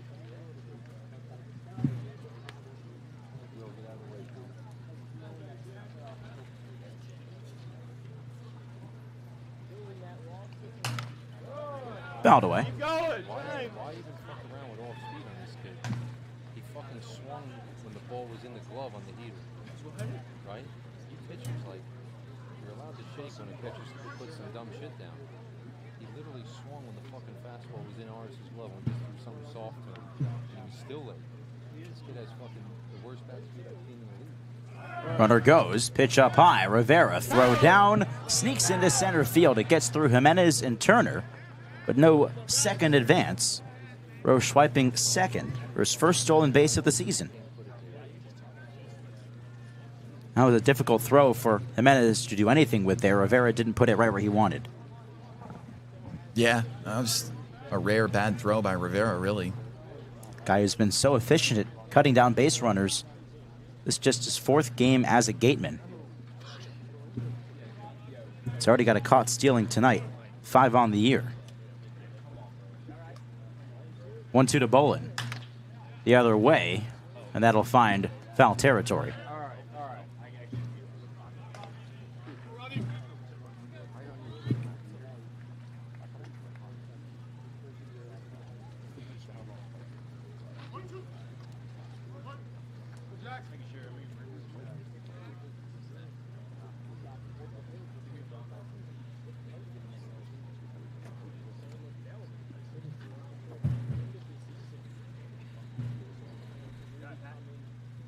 1-2 again. And there's a swing and a miss. Lucas finding his third strikeout of the ball game, 2 gone. Well, he's just been a breath of fresh air for the bullpen right now. I mean, he's working away at what is 1 2/3 under his credit. Back to the top of the order for Louisville's Zion Rose. Potential go-ahead runner at second base in Patrick Roche. Any relation to Daniel Roche? A wonderful assistant GM and MLB scout liaison who may or may not join us later in the broadcast. I've met a lot of Roaches in my life. Ball outside. You've met a lot of Roaches or Roaches. I don't know how to respond to that question. I don't know. It just sounded like you said Roaches. You've met a lot of Roaches. Is he a Dan Roche? It's spelled the same as... Or Dan Roche? No, Roche. I know it's spelled the same, but which way is it pronounced? Why are you asking these questions? You want me to go grab him? Yes. Get after it. Infield, depth and dive, and keep it in. Thank God I got a break from Kyle Marchak. Now I can just talk to you the way this broadcast was always intended to be. The 1-1 is fouled away down the right side. Just kidding, of course. Although I could say anything right now, and Kyle would never know, would he? He can't hear me. Only you can hear me, Jake. Or Andrew. Or Joe. Or Allison.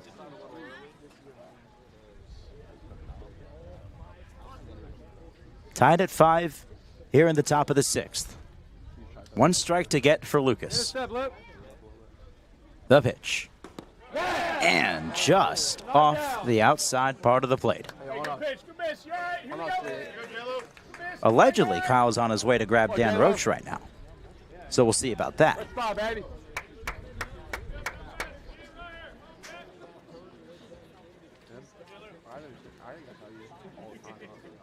Big lead off of second for Patrick Roche. 2-2 coming. Fouled away. Rose staying alive. Elsewhere around the Cape League on this regular season finale, 7-0 Orleans up against Chatham. 11-5. Bourne has defeated Katuitt in 8 innings. Hyannis defeats YD 7-1. Harwich takes down Brewster 15-7. A ball up 3-2. So that effectively puts an end to the Brewster Whitecap season.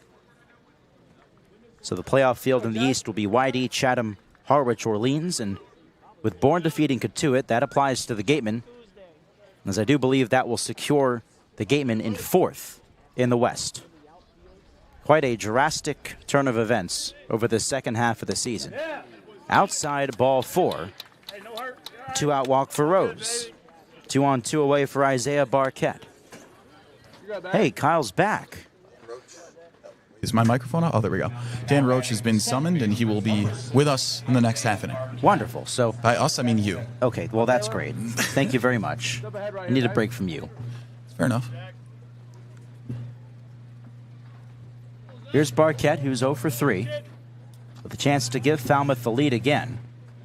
Just relinquished it for the first time in the previous half inning. A bases loaded hit by pitch from the catcher, Aris Rivera. Pitch. Outside. So we just confirmed that Bourne has defeated Katuitt 11-5. Therefore, I believe that locks in the Gatemen for the 4th spot. Yeah, that sounds about right. And so the Gatemen would find themselves in Hyannis on Tuesday for a 1-game playoff with the first place Hawks. Inhale, exhale. How do you feel about that? Well, Hyannis. No, that's not right. We'd be 3rd, Jake? Yeah. All right. Well, Dan will specify Look, for us. I trust Dan Roche's opinion on this topic way more than my own. Oh, look, I just got handed a record versus each other. So why does it say that we were in 4th? Now I'm confused. This league needs to figure it out. 1-1. There's a called strike. If you look at the standings on the Cape League website, you'll see Wareham in 4th, behind Bourne. We figured it was due to run differential, which, as we see the league rules, that is not the first deciding factor on tiebreakers. It is in fact, the head-to-head, which Wareham has over Bourne. So if the Gatemen win this thing, By that logic, we would find ourselves in Katuitt on Tuesday. I like that. Yeah, me too. Outside a check swing, no, says the first base umpire, Craig Andarasi. Lucas having to work a little extra here in this 6th inning. Make it make sense, guys. Make it make sense. Well, I'll tell you what, they want to win, obviously, but they really want to win because they'll favor better at Lowell Park as opposed to McKeon Park. Worth noting, the Hyannis Harperhawks have the best home record in the entire Cape League. And now time called here. Maybe a balk called as well. 3-2. Okay. Looks like we had a pitch clock violation there. I was afraid the batter was going to swing. Yeah. They just gave an extra ball to Lucas. So it'll be 3-2 on Barquette. With runners on first and second, 2 away, they'll be on the move. Big pitch coming up here from Lucas. Yeah, Hyannis is a tough sell. The Gatemen haven't won at Katuitt either, but you'd like those odds a little bit better. Well, they've just been better against Katuitt as well, with recency bias. Payoff pitch, and it's outside. Ball 4. Back-to-back 2-out walks for Lucas here. He's been unable to finish off the Commodores. And now he'll face Jason Jones. Get into the danger part of the order here.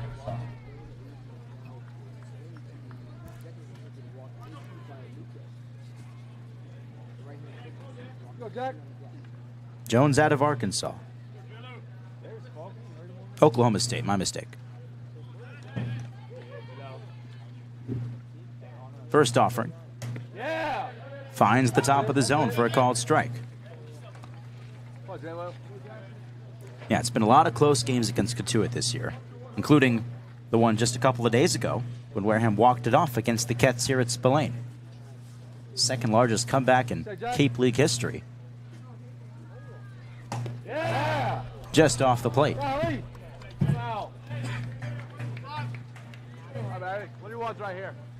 So we'll see how it all pans out. Really does matter now, the result of this ball game.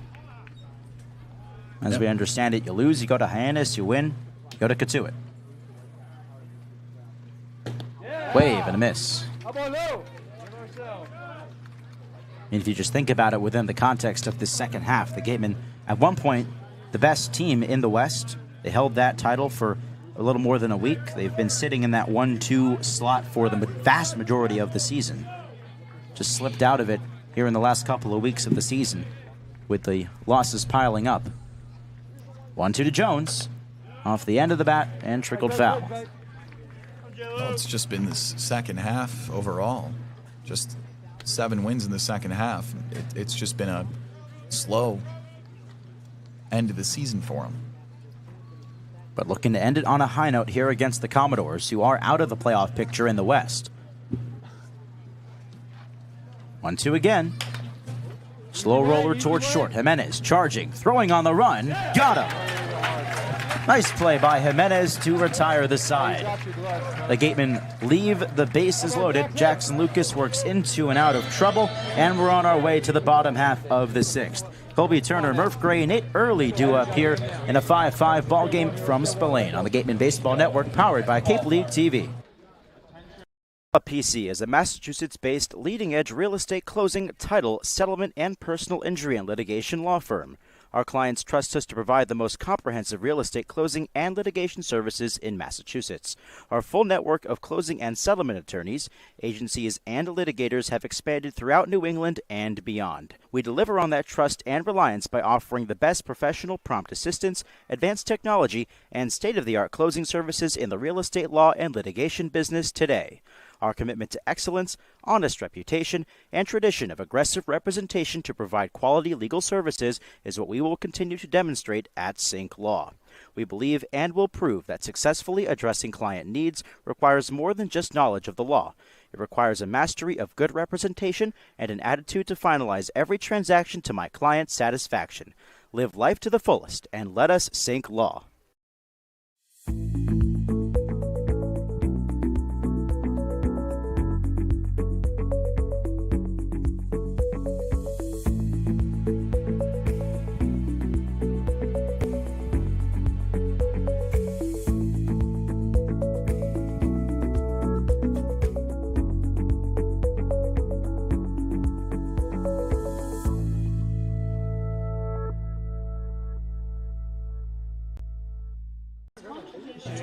Back here on the Gatemen Baseball Network, to the bottom of the sixth, we go from Spillane, all tied up at 5 between the Gatemen and the Falmouth Commodores in the regular season finale.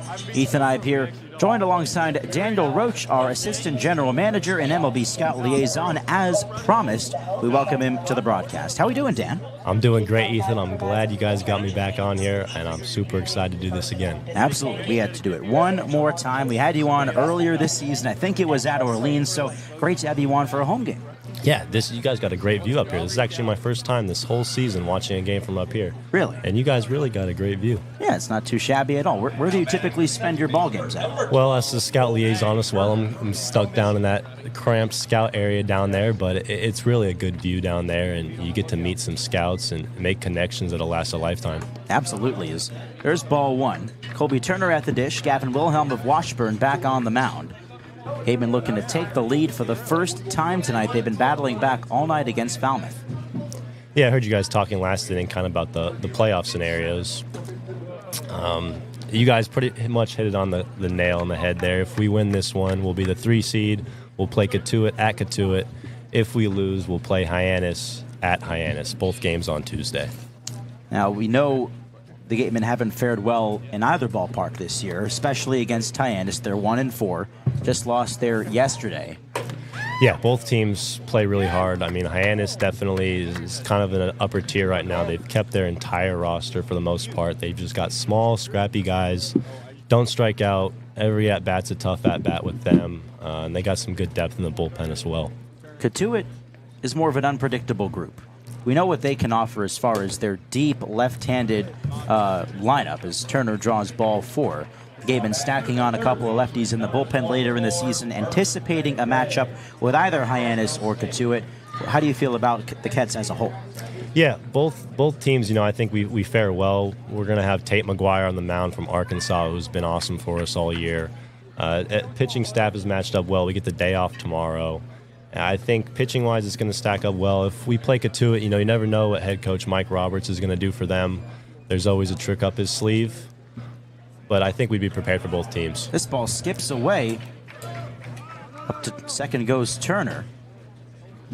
New catcher for the Falmouth Commodores is Frankie Ferrantino. Nothing he could do about that one. A wild pitch on Wilhelm. And kind of looking up our baseball analytics department and baseball ops guys have done a great job kind of predicting what are the 3 other teams in the playoffs, so who they're going to throw from starters all the way down to relievers. And kind of preparing for both. I know we've already got reports ready on all the guys that we could potentially face. I think Cotuit, they have Ebner on the mound for them. They're probably going to throw lefty, kind of throws off speed. I think we'll match up best against him. Murph Gray grounds one foul. It's 1-1. But any of our guys, I think our lineup, they've been a little sluggish lately, but I really think that this team wants to be here. They want to go the whole way. And in the playoffs, especially in a one-game playoff, I think that's going to be the deciding factor for us. Meanwhile, we'll keep our focus here on the present as the Gatemen look to get the win in the regular season finale. The pitch at the knees, a called strike 2 to Murph Gray. Murph Gray's been so fun to watch this entire summer. He's been here from start to finish. I'm a little biased, but if I could vote for MVP, which I know all the GMs are doing tonight across the league, he would have my vote. Easily been that for the Gatemen this summer. As the 1-2 is popped up right side of the infield. Second baseman Isaiah Barquette over, and he hauls it in. He checks second. Here's one away. And I think just staying the entire summer, especially as how well he's been playing, it's kind of a testament to who he is just as a person. To stick it out, it's a long summer. He's not going to have much time now when the season's over, going back to school. It's going to be a quick turnaround. And I really, give props to him for sticking it out the entire way. Yeah, and there's several guys on this roster and even in the lineup tonight who have been here since day one. Didn't see that a whole lot last year with Wareham. There was just one guy, and that was Bobby Bozer. Definitely. I know talking to the assistant GM last year, Tommy, who I've gotten really close with, he gave me great insight to get prepared for this role. But, he had it a lot harder with me with roster turnover, a lot of guys just coming in and out. And we've had about 6 to 8 guys that have been here from start to finish, even more than that, I think. 1-0 to Early. A wave and a miss. Early quietly putting together a nice couple of ball games here. He's got multi-hit performances in back-to-back games now. 2 for 2 tonight. He's scored twice. Yeah, Nate's another interesting guy. I think personally this is like Mike Mobb's assistant coach. His little project here coming from a JUCO. He's had fun coaching him up all year, and Nate's been really willing to learn too. Called strike 1-2. Early, originally out of Florida Southwestern State. Now he'll be a Louisville Cardinal coming up. Yeah, we got a lot of Louisville guys out here. Hey, we've got the boys in the booth now. Tate McGuire and Cole Amon are in the house. Tate's coming up, rubbing my shoulders Our right now. Favorite pair of roommates. 1-2. Early a chopper first base side, and that one called foul. So we'll do it again. How we doing, guys? Doing well. Boys were on the 50-50 raffle tonight. You know, our starting pitchers do a great job on their off days, getting the fans riled up, ready to spend some money, to make some money. Gatemen looking to get their first lead of the ball game tonight. A lot on the line, as Dan mentioned just a few minutes ago. A win, and they'll play at Catuit. A loss, and they'll face Hyannis on the road. 1-2. Foul back. And either way we go, Tate McGuire will get the ball. Yes, he will, and I know he'll be ready for it. Will he be ready for it? Why don't we hear it from the man himself? Oh, I'm ready for it. Well, you just said, oh, he's ready for it. It's been that guy in the starting rotation all year long. 1-2 coming. Once again, early fouls it away. He's putting together a good plate appearance here. And I think another point to this team is that just no matter who we play, it doesn't matter for our team, whether it's Hyannis, Catuit, Bourne, someone in the East in the championship. We stay on us, and that's kind of how we stay together as a team. Early smashes this one to right, going after it, reaching up, and he can't make the catch. That was LaSalle. Over to third base goes Turner. He gets the wave around, and he will score. The Gatemen take the lead for the first time tonight. How about Nate Early? An RBI double for his third hit of the evening, 6-5 Gatemen. How about that double celebration, Ethan? A little nod to starting pitcher Griffin O'Connor. So what is it about Griffin O'Connor? I mean, we've been seeing this over the last couple of ball games, snapping the losing skid against Catuit, and the dances he was leading in the outfield before and after the game. Who would have thought it'd be that guy? Yeah, every team has that one guy on the squad that the entire team looks up to and kind of rallies around, and that's Griffin O'Connor. No matter how he performs on the mound, just as a person, he's a great guy, and team circles around him, and he's doing all these kinds of dances and keeps us locked in. Reese Chapman at the plate, fouls one off. He's a glue guy then. 100%. I give you a little insight. I know, the team was on a bit of a losing streak, and got all the offense got their bats all lined up together in the locker room, lit some candles, and Griffin O'Connor performed a ritual of sorts around offense's bats, and next thing you know, we come back from a 8-0 lead, and I think that's the tie for the second largest comeback in Cape Cod history. So it's working. Yeah, definitely. And you got to try anything just to get out of those kinds of slumps. There's a swing and a miss, 0-2. And aside from that, we saw the grounding that they did in the outfield. Everyone, shirts, socks, and shoes off. A little bit of a mob's mentality there as well. Yeah, it's a total reset from everything we've been doing. We didn't hit BP that day. Just completely resetting. Chapman goes down on strikes, 2 gone. And I think, head coach Ryan Smythe has done just a phenomenal job this year for us. He knows how to coach a summer ball team. He knows how to coach a team in general. But to keep these guys fired up all summer, win or lose, he's got the right mindset on how to coach a group of college guys. And I think that's going to fare well for us in the long term. Here's Eli Putnam. He takes the strike. I know you got a lot to say about this guy. Yeah, Eli, he's one of my favorite guys on the team. Coming from Davidson, Atlantic 10 Conference, and he just hits the baseball. It's pretty much his job description. Let's see if he can drive home early here. Pad this lead a little bit. 6-5 Wareham. 2 gone in the 6th. He chases for strike 2. And we get a lead, and our bullpen all year has been great. And I know we lost a lot of guys in the draft, a lot of guys to pitching restrictions, but our guys that we brought in still come out, and they shove and they hold leads. I know we lost Anthony Susak in the 8th round, Jake Faraday 11th round. We just replaced them with more arms. It's been impressive, and that's, again, a testament to what Ryan Smythe has done for us. Putnam goes down on strikes, a quick at-bat there, but the Gatemen retake the lead.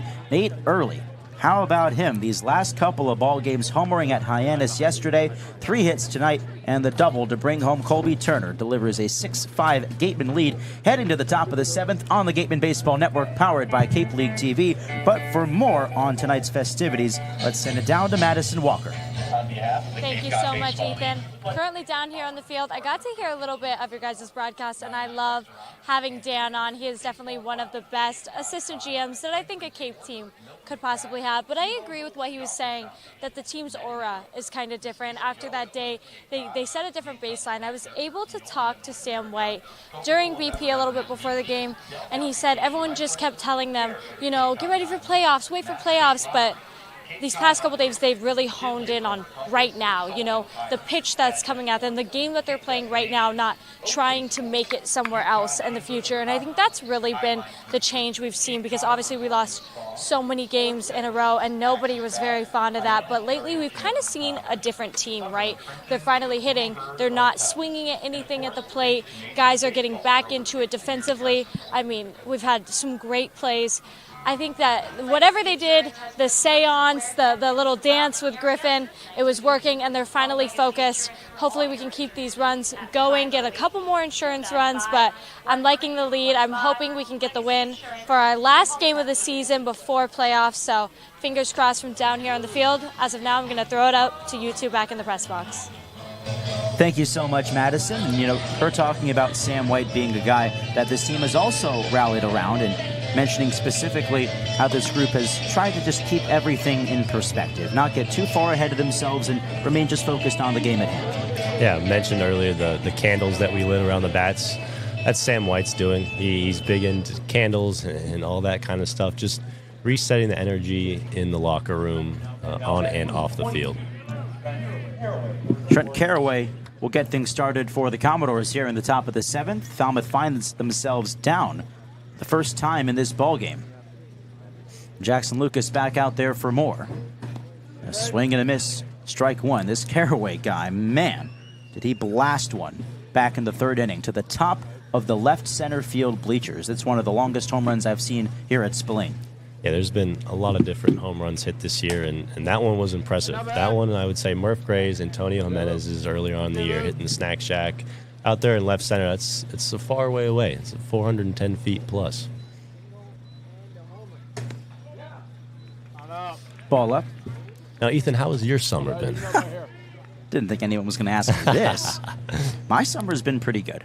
I've really enjoyed the opportunity to talk about baseball, talk about this Gatemen team, learn about these players, not just who they are on the field, but off the field as well. I understand you were in another league before this broadcasting, and you didn't do a lot of winning, right? Is that what I'm hearing? And you come here and we're winning games. Roller towards third, charging in Gray. Bare hands and throws to first. How about that play? Murph Gray. Murph Gray with a little sparkle. One away. Well, I wouldn't say we didn't do a lot of winning. So I was with the Alpine Cowboys, which is an independent organization in the Pecos League. So indie ball, West Texas. Middle of nowhere, basically, but no better place to start. I started there right out of high school, spent 3 summers there doing radio play-by-play, ended up as their assistant general manager. We always were a solid team in the regular season, but endlessly choking in the playoffs. We lost in every single year that I was there, from 21 to 23, in the first round of the playoffs, and a best of 3 at home. It was so tough. In a game 3 every year. Brutal. And, well, I have good news to report, though, as this one misses up. Ball 1 to Frankie Ferrantino. The Alpine Cowboys just yesterday clinching a spot in the Mountain Division Championship and advancing past the first round. Is this one in the air to left center field, awfully deep, going back Lippy, and he tracks it down. 2 away. So they defeated the Tucson Saguaros in a best of 3 at home. You got a nice walk-off single, very dramatic, true Cowboys, cardiac Cowboys baseball in the postseason. So I was very happy to see that. And you can ask Kyle Marchak about this.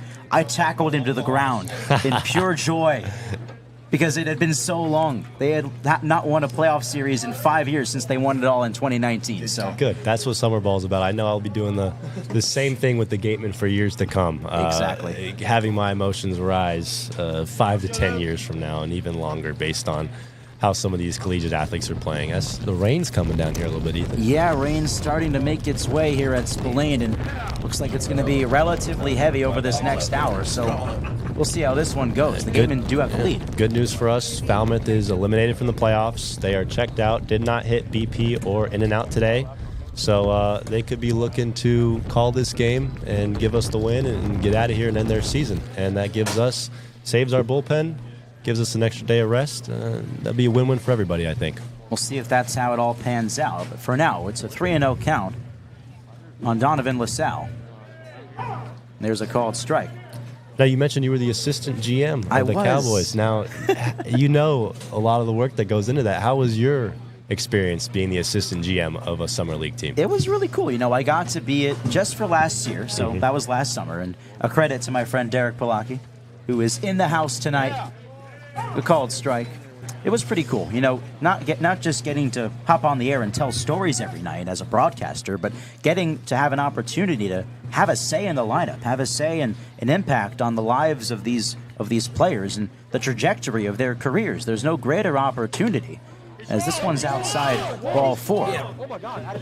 Yeah, I would say just being able to interact with the players this year as an assistant GM role, whether it's handling their gear or just talking to them about how they've been playing, get to know these guys who will be playing in the pros one day. It's just something that I know I'm not going to take for granted. And it's, for me, what I've learned is that it's a different side of the coin. As Ryan Smythe has a discussion with the home plate umpire Jim Fonseca about what, I'm not sure, but the different side of the baseball coin is, you're watching these Cape Leaguers. These are the draft picks of tomorrow. They say the stars of tomorrow shine tonight. That's the motto around here. We're watching some guys that are the best of the college crop, who are going to be professionals. The indie ball level is an opportunity for these guys to continue their careers past college. And oftentimes, that's where their baseball dreams come to an end. It is very much a dream on life support. Dreams either go there to die or get reborn. And for some, it's right out of NAIA or Division III that go to the Pecos League. For some, it's MLB draft picks that have fallen out of favor, just trying to get back into affiliate baseball. As this one is down 1-1 on Jack Bell. I think that's the best part about summer ball, just people from all different walks of life, and not even just the players and the coaches, but the interns. We have people coming from all over the country trying to break into baseball in different ways, and meeting these people have been a great experience. Down the left field line, Sam White going after it. It lands foul. Every department we have, our baseball ops department, led by Kevin Murray and Sean McGarry, our TrackMan guy, Jack McGough, our analytics guy, everyone wants to get into baseball. They do a great job. Then we talk about you guys, you, Ethan, Kyle, Maddie. All you guys are going into baseball. You've got your stuff on your resume now, and we're all going to follow each other up the ladder as we climb into pro ball. Yeah, absolutely. Made some friends here among the interns, among the players that we're going to have, hopefully, for a long, long time. Yes. Coaches as well. The sports industry is a small world, so. Indeed it is. As there's a swing and a miss. Bell down on strikes to bring the top half of the 7th inning to a close. You are so eloquent, Daniel Roach, and it's always a pleasure to have you. Ethan, I'm glad we got to do this again. Thank you. Absolutely. The assistant GM and the MLB scout liaison for the Wareham Gatemen, Daniel Roach. It's time to stand and sing, and hopefully the rain holds off for a little while longer here as the Gatemen have a 6-5 lead over Falmouth on the Gatemen Baseball Network, powered by Cape League TV.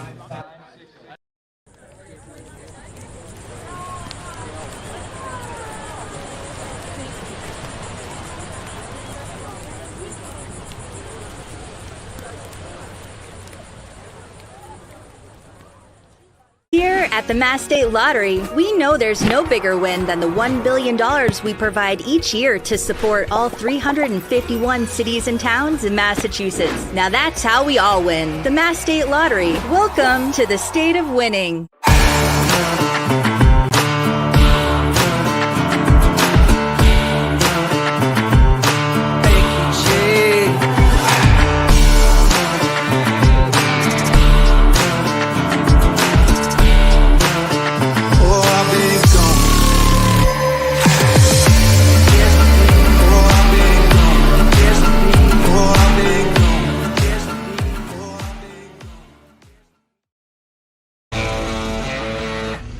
Get ready for big results with our small machines.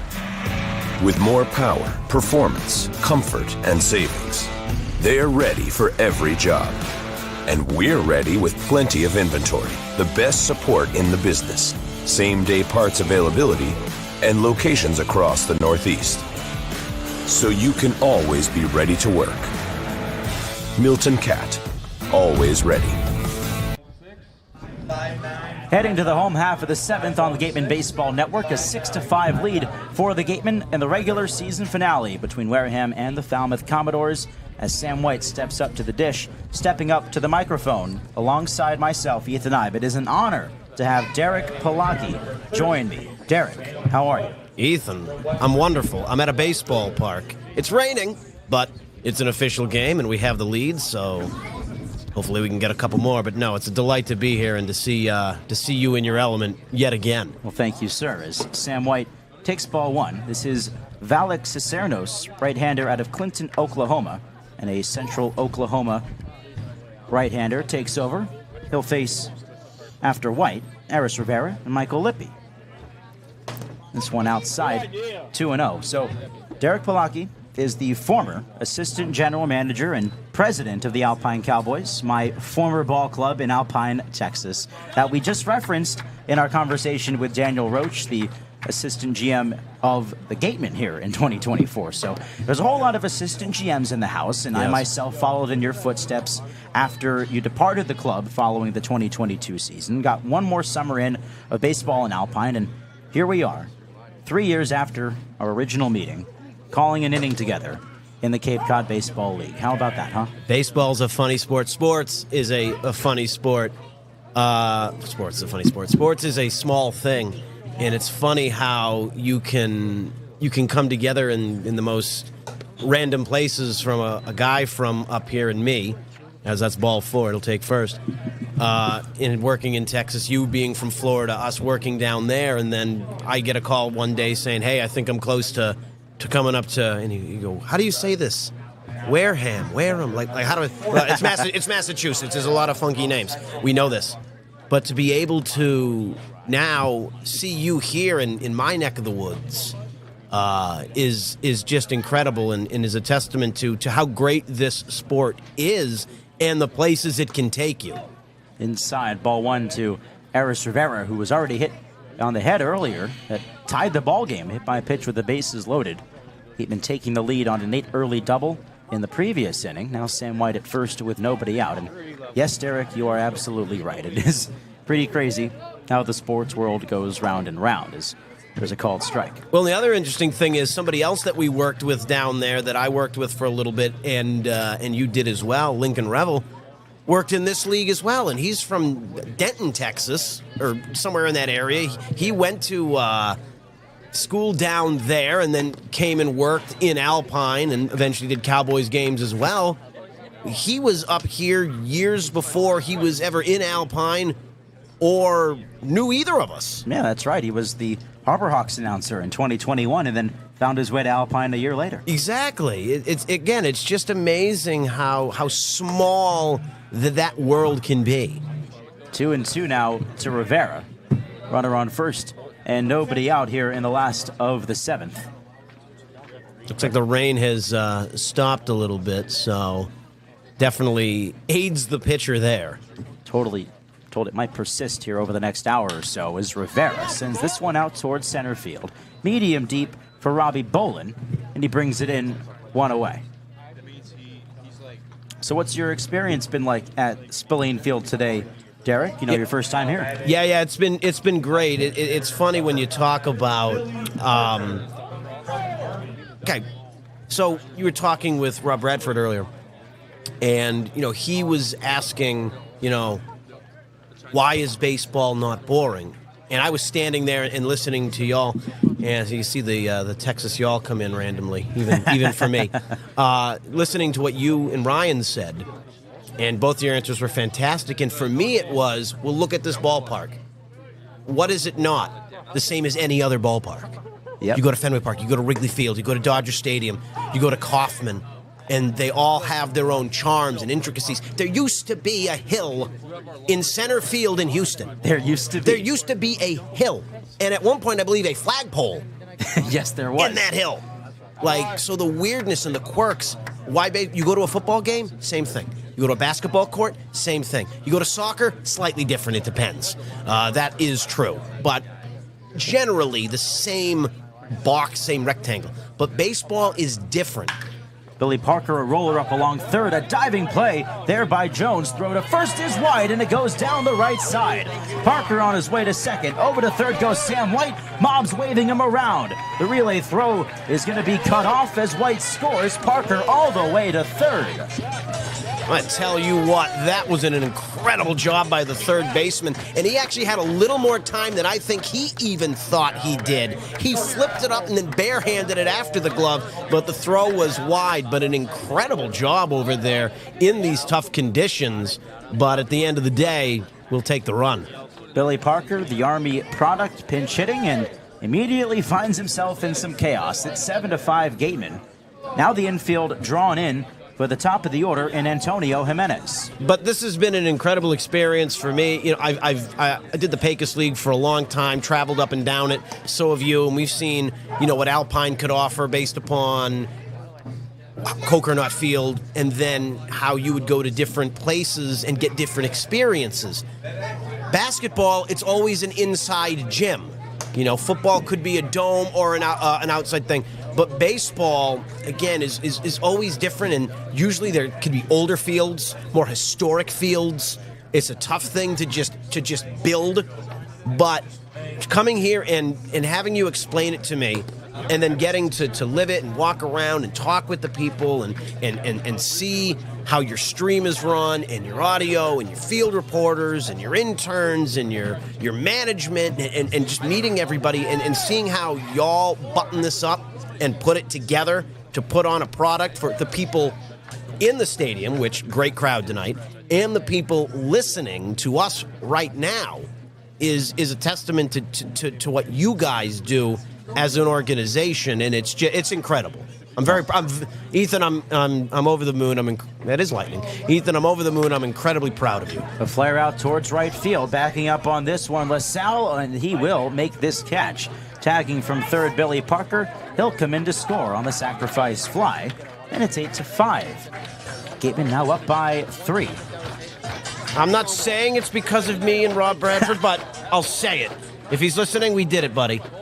Well, Derek, on behalf of the Gatemen, I do appreciate those sentiments, and I know it's true. You know, the rest of this intern group works extremely hard, and we appreciate that. You know, it's all about the players, though. You know, at the end of the day, correct. It's about these guys and what they do in between the lines. It is our job to tell their stories to the best of our ability. Right. Whether you're in Alpine, Texas, or Wareham, Massachusetts, or wherever you may be with a baseball game. That is the goal. And that's why during my young time with the Cowboys, when I was just the radio guy, the stats person, I started doing the laundry because I wanted to, not because I was asked. I started going on grocery trips when they got to the field so they wouldn't waste a half an hour going through the gas station lines so they could focus on getting to the field and taking batting practice and taking grounders and just kind of even resting if they wanted to. Because at the end of the day, it's about the players and, you know, and especially in the Pecos League, you know, trying to rejuvenate their careers for a lot of them. Little different here. You know, many of these players, some of them, whatever the average is, will be drafted and will, you know, continue their career. Well, some of them will inevitably end up in the Pecos League or the Frontier League or the American Association or the Can-Am. Insert the number of leagues we have. So... But you're right. At the end of the day, it's about the players. But again, just to pat y'all on the back, the unsung heroes behind the scenes, that is you and I say your staff, but your colleagues from interns down. I don't care if it's a ticket taker or your sideline reporter who's talking to the masses. It's a group effort, and it's just fantastic what y'all do. 2-2 to Colby Turner. Rolled over towards third, and it gets through Jason Jones. Into left field, a big turn for Turner, who'll head back to first base. That might have been the case of a little stone dust hop there for Jason Jones. Yeah, I just don't think he read it right, or it skipped to his left, our right at the last second because he had time to get over there, and suddenly it was just past him. Well, this is we were walking over to Spillane Field today, you and I, and you can't help but notice the gray infield and the stone dust. And what are your thoughts on that? It's different. I didn't get a chance to get near it. BP was going on. You said it was different than traditional dirt. And I mean, the two-tone of it is really cool. It's just different. So with Turner at first and 2 away, here's Murph Gray. He takes a strike. Yeah, we've seen it time and time again. Stone dust tops. They do tag an error on the third baseman, though, in Jason Jones. So an E5. You almost have to, because as Murph Gray ropes this one down the left field line into the corner, and a fair ball. Extra bases for Murph. To third base goes Turner. Here's the wave around. The relay throw is mishandled, and Turner scores. The Gatemen add on an RBI double for Murph Gray. It's 9-5. Yeah, you want to talk about some grit. You're down 4-0 in the first inning. I remember thinking when it was just 1-0, get out of that, go to the bottom. You give up one, it happens. You staved off. But 4, that not early game, not debilitating, but to put on 3 and then to be down 2, and then the last 4 innings, a combined 6 runs, 1-1-1 and 3. That's amazing. Here's Nate Early now. He gave the Gatemen the lead last inning with an RBI double that scored Turner. Now 3 more added on here in the 7th. And he had a great at-bat. A lot of 2-strike foul loss, too.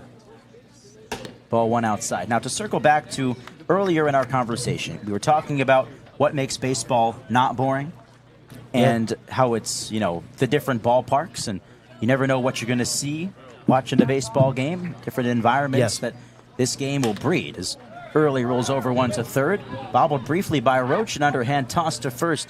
That'll complete the inning. Gatemen go down. Murph Gray stranded on second. Let's keep it here. Sure. Talked about the different ballparks that you'll see, not just here on the Cape, and there are a wide variety. I don't know how many you've been to, but around baseball. They all have their different charms and knickknacks and little corners, little quirks. You've got your green monsters of the world. Now, when we think about Spillane Field, no, it isn't the crown jewel of the Cape League. They are very well aware of that. But the thing here, Derek, is that Wareham and the Gatemen, they don't care about that. They don't care about the opinions that the outside world has about this place. They embrace the grit. They embrace everything that it is about this field. They embrace the blue-collar mentality of this town. It is personified, and it permeates around this team. You've got a wall. You've got bases. You've got a mound. You've got dugouts. And you've got good people that take care of what this is.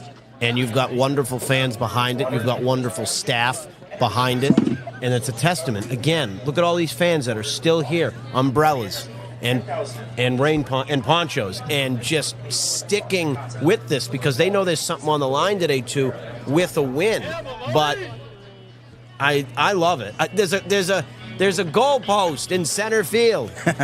When you explained it to me first, I'm like, we're at the Oakland Coliseum. I was hoping to see the dirt or the ground or the checker mark, the line markers like you'd see when the Raiders and the Athletics were trying to play. Sure. But no, you hit it on the head. You don't need this stadium. You got a wonderful scoreboard.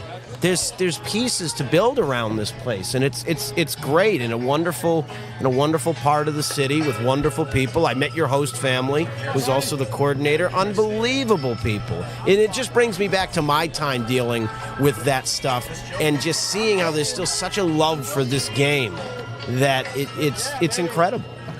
It is baseball in its purest form, and that's why baseball's not boring as well, because of the people. Yes. I agree. And speaking of people, the entire Cape League run by volunteers as well. Yeah. You don't have to pay a cent to come into any Cape League ballpark and watch a game. And the volunteers that help this league become possible make it so.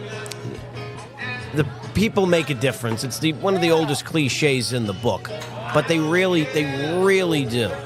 They really do. To put these ball players having a great season in in a position to win and to, let's call it professionals, be professionals. They're not quite there yet. They're still collegiate. You know, they don't lose their eligibility doing this. But if you can put that kind of spin on it and make them feel bigger than, they might have felt coming here as opposed to maybe a different organization in the Cape Cod League, that's great. Well, we return to action here in the top of the 8th inning. It's 9-5. Even have themselves a steady lead now over the Falmouth Commodores. New pitcher on the mound is Point Loma Nazarene's Matthew Maloney. The right-hander takes over as he faces the bottom tier of the Commodores' order.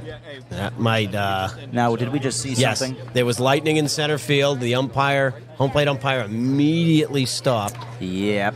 Well, the rain has persisted here at Spillane, and now... So whoever came out of the dugout is looking at an app to see when that hit and how close it is. And if it's within a certain amount of miles, then they might delay this thing.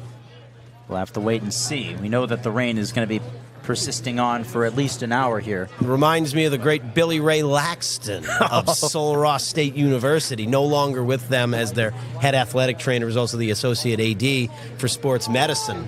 And he was in charge of that, so I always had great conversations with him about it. Well, we just saw Morgan Perrier, the head athletic trainer, show the radar to the home plate umpire, and now they are pulling the Gatemen off the field. Yep. It was close. It was definitely closer than the other lightning we had seen before.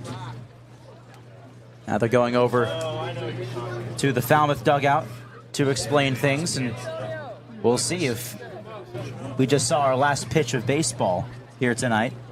9-5 game. I mean, I'm not trying to put words in anybody's mouth. Falmouth is out of the playoff contention. Yeah, Falmouth season, that would be an anticlimactic way to end it. Right. Playing for pride at this point. But again, I don't know if this is a discussion where Falmouth's going to be like, no, we want to play, or let's just go home. I have no idea. But that kind of conversation could be going on. Well, right now, both Ryan Smythe, John Schiffner, and the Falmouth crew are convening with the home plate umpires right behind home plate here. So for now, we're in a lightning delay. It's 9-5 Gatemen on the final day of the season. I'm Ethan Eibe. I'm here with Derek Palaki, and it is just a wonderful day, isn't it? You said the vibes were weird coming into the day. Not in a bad way. You had said something to that effect. It had just been an interesting pregame routine that was slightly unorthodox than what we were used to. Right. That's what I was. That's what I meant, anyways. Correct. Yes, and that's what I gathered from it. With it being the last day of the season and all. Yeah, last day of the season, exactly. Like you're gearing up for playoffs. You start thinking about those kind of situations, especially the interesting. In 2 days, it's going to be a do or die game. Yep. So that's creeping into the back of your mind as you come to it. Someone like you saying, like, and you've been through this and I've been through this with Cowboy seasons before I lived there full time, and you never did either. This could be my last day. This could be my last game. There might be more, but this could be it. So that moment is starting to, I think, maybe creep into some players as well. I'm not saying that's the reason, but we're at that point. And from my perspective, being in Alpine for those 3 summers, it does creep in. You think about the guys that you're with and the players you've built such incredible relationships with. And in my case this summer, not just the players, but the interns as well. You hope that your story is not yet fully written. You hope that there are more chapters to the book. Exactly. And I put, 9 years into it? You put 3. Besides the COVID 2020 year, which the season didn't happen. I mean, and it took me, 6 years to finally win that darn thing? Yep. And I didn't peg you as being just 3 years. I thought you would have been there a bit long, but the fact that you're here now and doing this is again, as someone that got to work with you from you just out of high school and how we created this. Or when you got there, I was on the road, and we're going over stuff over the phone. And the way you just took it is just incredible. Hey, they're back! It looks like we're going to play some baseball here at Spillane Field. As Matthew Maloney makes his way back to the mound. The rest of the Gatemen are coming out of the dugout as well. We saw not 5 minutes ago a flash of lightning beyond the center field wall. They pulled the team off the field. We're in the top of the 8th inning with a 9-5 Gatemen lead. It's the last day of the season. So, looks like we're going to keep on going here, and why not? Why not? Yeah, I'm not a meteorologist. I played one in college twice on TV. But, yeah, very interesting that they stopped that, checked it, had a discussion, because enough time didn't pass if that was close enough. So maybe it was just let's monitor it and see what happens, and might pull this thing again if necessary. But we'll see. Remaining in center field for the Gatemen is Billy Parker as he takes over for Michael Lippy. Maloney out of Point Loma Nazarene hadn't even thrown a pitch. He was out there warming up before the lightning flash. Knocked him off for a couple of minutes, but now he's going to get hot again. And he'll face the 8, 9, and 1 hitters in this Falmouth lineup. Oh, I like that song. Whoever queued that. Oh, that was close, too. You just saw another one? Yes. That lit the sky up. Haven't seen lightning, really. We haven't seen too many rain delays at Spillane Field this season. I can think of just 2. And lightning hasn't really been a part of either of them. The rain does persist here. Oh, I'm sure. We're used to fog-outs and dark-outs in the Cape League, Derek. Fog-outs and dark-outs. You don't get too much fog here in Wareham, but in some of the more eastern towns, sure. Brewster, Chatham, particularly notorious for their fog-outs. Interesting. We didn't have a fog-out this year. We did have a game in early due to fog, but no game flat-out canceled because of it. We had some bird delays. We did. That's right. We had a geese delay. Geese delay. That was a couple of weeks ago. That was pretty cool. I mean, I've had my share of rain delays, light delays, almost a snow delay one time. Snow delay? In February in Texas, yeah. Oh, my goodness. It was about 30 degrees when with the wind chill. It was less than that, and we played a doubleheader during the big freeze year. You know what I'd give to see alpine and snow? Oh, it's gorgeous. I would love. Oh, gorgeous on the mountains. Oh, I would love to see that one day. Oh, gorgeous. Well, we're back to baseball here as Patrick Roche of Boston College stands in. Top of the 8th inning after a lightning delay, set to begin. And Maloney pounds the inside part of the plate for a strike. Gatemen find themselves up 9-5. They scored 3 times in the bottom of the 7th to extend their lead. Now, let me ask you something, Ethan. You had, of course, baseball isn't boring. Sure. Rob Redford.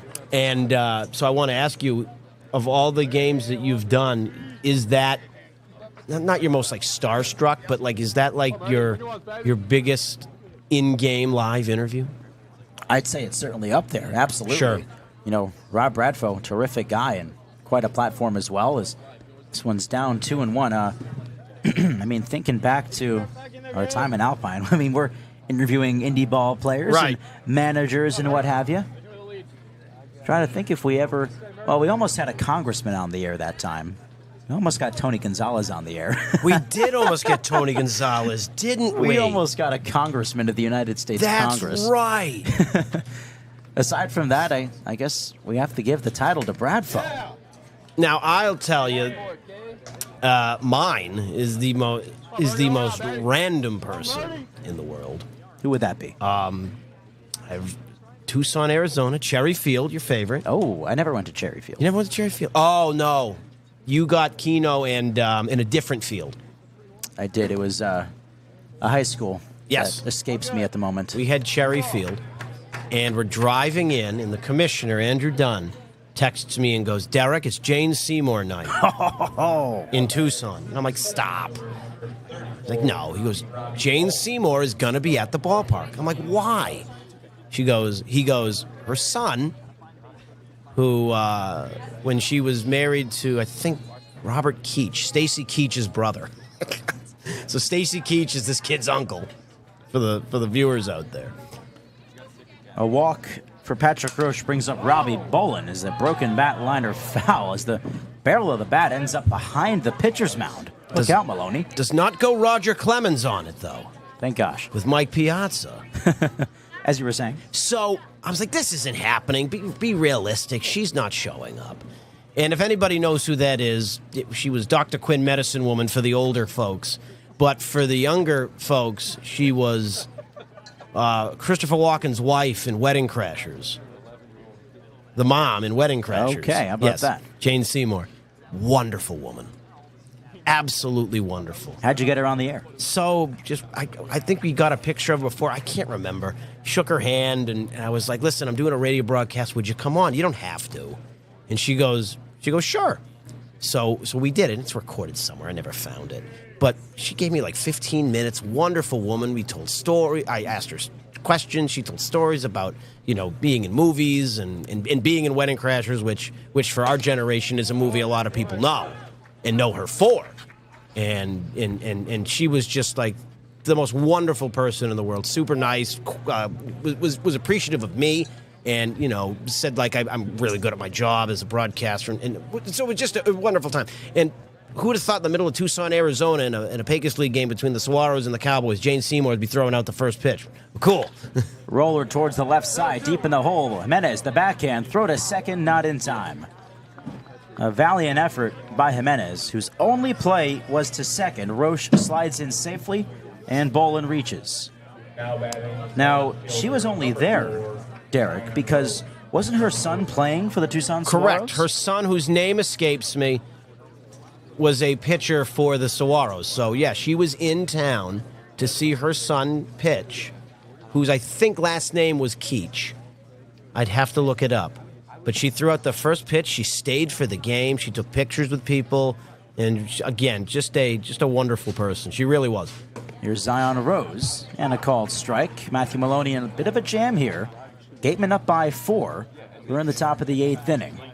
Gatemen win this one. They'll secure the 3 seed in the Cape League West, and they'll face Catuit on the road for the start of the playoffs on Tuesday. A 1-game playoff. This one slapped out towards left center. No, it's Jimenez there to grab it, and they turn 2. Antonio Jimenez continues to outdo himself on defense. Ethan, I got fooled by that, too. I thought that had reservations for center field. I thought that was in, and, is this going to be a run? And suddenly, shortstop just stabs at it and turns a beautiful double play. Antonio Jimenez of Central Florida is just dynamite with the leather. No, that was impressive. And to have your second baseman there and ready to grab it, because that was a close play back at second for the double play. That's just great timing, and that's great know-how from each of them to know when and where the other was. You had to time the leap perfectly and then get the ball over to Turner, who wisely was right there to cover second base. Exactly. Just the know-how of where he was and where he was to make that, because if another second and he's back on second safely. Here's Isaiah Barquette out of Stetson. Runner on first, 2 away. Ball 2. And you think about that, because we're either looking right now at bases loaded or runners on the corners or first and second, a 9-6 game, if they don't get that double play. So the defense bailing out Maloney here as he looks to finish out this top of the 8th. Barquette tonight is 0 for 3. Pitch. Roller towards second. Turner lays out, has it. Throw to first is off the mark. An infield single for Barquette extends the inning. Great effort, though. And that's what I've seen all night from both sides. The defense, great effort.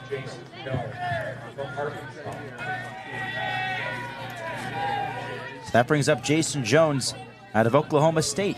Still a close ball game here. Mentioned the playoff seeding on the line. If Falmouth comes back to win it, the Wareham Gatemen will head to Hyannis and face the number 1 seeded Harbor Hawks. Instead, if Wareham does secure the win, it'll be the Catuit Cavaliers, a 1-game playoff with a chance to advance to the West Division Championship. So it's a 1-game playoff, just to go back on that. It's a 1-game playoff to go to the championship from your side. Yes. To then go to the championship. Correct. Got it. Yep. 1 best of 3, best of 3. Fouled away. And this is Francis Ferguson pinch hitting for Jason Jones. And those 1-game playoffs, I remember when Major League Baseball got into that, and I remember thinking, we can go all this way to play one game in the playoffs, but they were exciting. They were exciting, but likewise, I wasn't particularly a fan. And then you as a Marlins fan, Oh, what please. bothers me about that still is the Marlins last year overperformed. Obviously, we can say that. Yes. To go all that way to not even get it's a 3-game set and they still don't get a home game. Yeah, well, they didn't exactly earn it seating-wise, but... Right. Tough to go to Philly and do anything. Right, but it's tough to know you're going to play more than one and still not get a home game. Swing and a miss, 1-2. And that's baseball, and they're working on that. And if I could have asked Rob anything, I would say, baseball's not boring. They're working on it. They're trying new things. Pitch clock, runner on second, limited mound visits. I would have been interested to get his opinion on all of that. I don't know if he's still here or not, but perhaps we still can. Maybe. 1-2 the count to Ferguson. Maloney with a swing and a miss. Down goes Ferguson for out number 3. And the Gatemen strand a pair here. Gatemen retain the lead, 9-5, heading to the bottom half of the 8th inning. Derek Palaki, it's been an honor, my friend. Ethan, my friend, thank you. I always love getting behind the mic and to talk with a consummate professional such as you. Again, when you told me I'm graduating college, and I couldn't believe it. Because when we first started, you were just out of high school, and again, I'm over the moon. I'm super excited for you. I can't wait to see what you do next. I think my chapter of calling stuff for a living is over, but to see that it's still alive and well, especially with somebody I'm so close with, is super important to me. And again, I'm just so proud of you. Thank you very much, Derek. From Alpine to Wareham and to wherever the game takes us. We'll be right back on the Gatemen Baseball Network, powered by Cape League TV. When you need to dig, lift, move, cut, or just about anything else, then dial up the rental source staffed with equipment and construction experts. They'll help you get the right machine for the job and make sure it's delivered when and where you need it. With locations across New England and the newest and most reliable inventory, Milton Rents is your local source. Here at the Mass State Lottery, we're known for our monster wins. But there's no bigger win than the $1 billion we provide each year to support all 351 cities and towns in Massachusetts. In our game, we know that supporting local businesses and helping communities is how we all win. Because at the lottery, we're all playing for the home team. The Mass State Lottery. Welcome to the state of winning.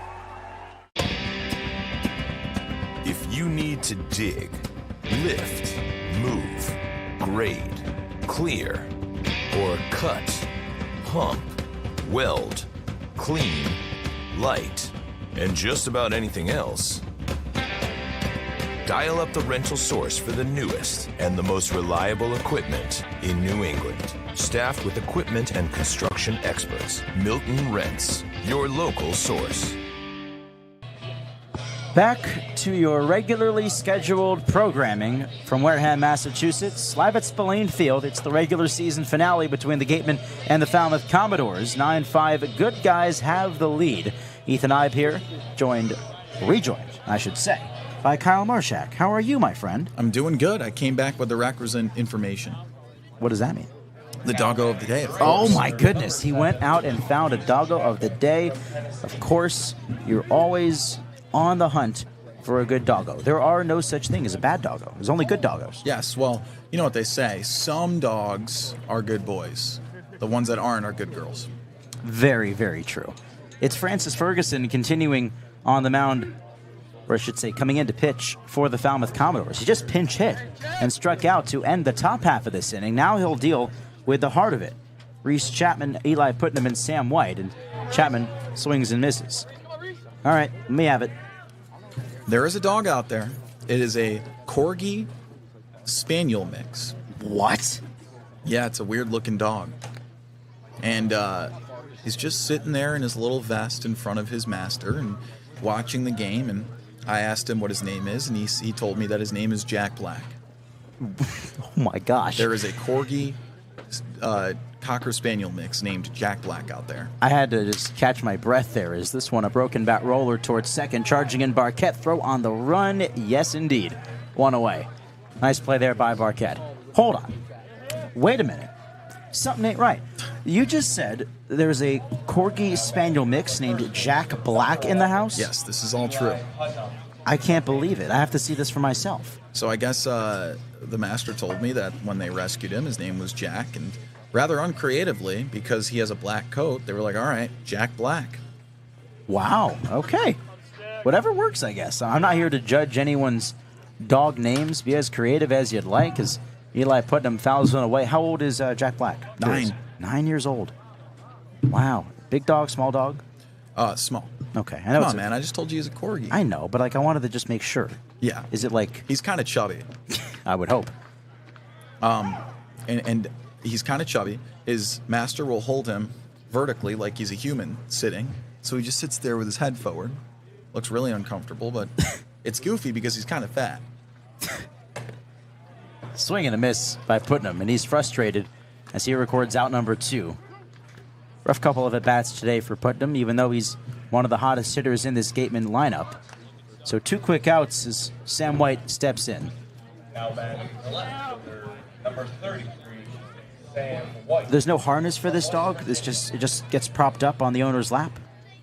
No, he was on a vest, yeah. He was in like a little harness. Oh, yeah. okay, wonderful. And she said that the brewery that she happens upon often, he's like the mascot there. She told me that his favorite beer is a Coors Light. Well, that actually makes sense, as Sam White takes a strike. You know, if you're 9 years old, you're definitely old enough to drink in dog years.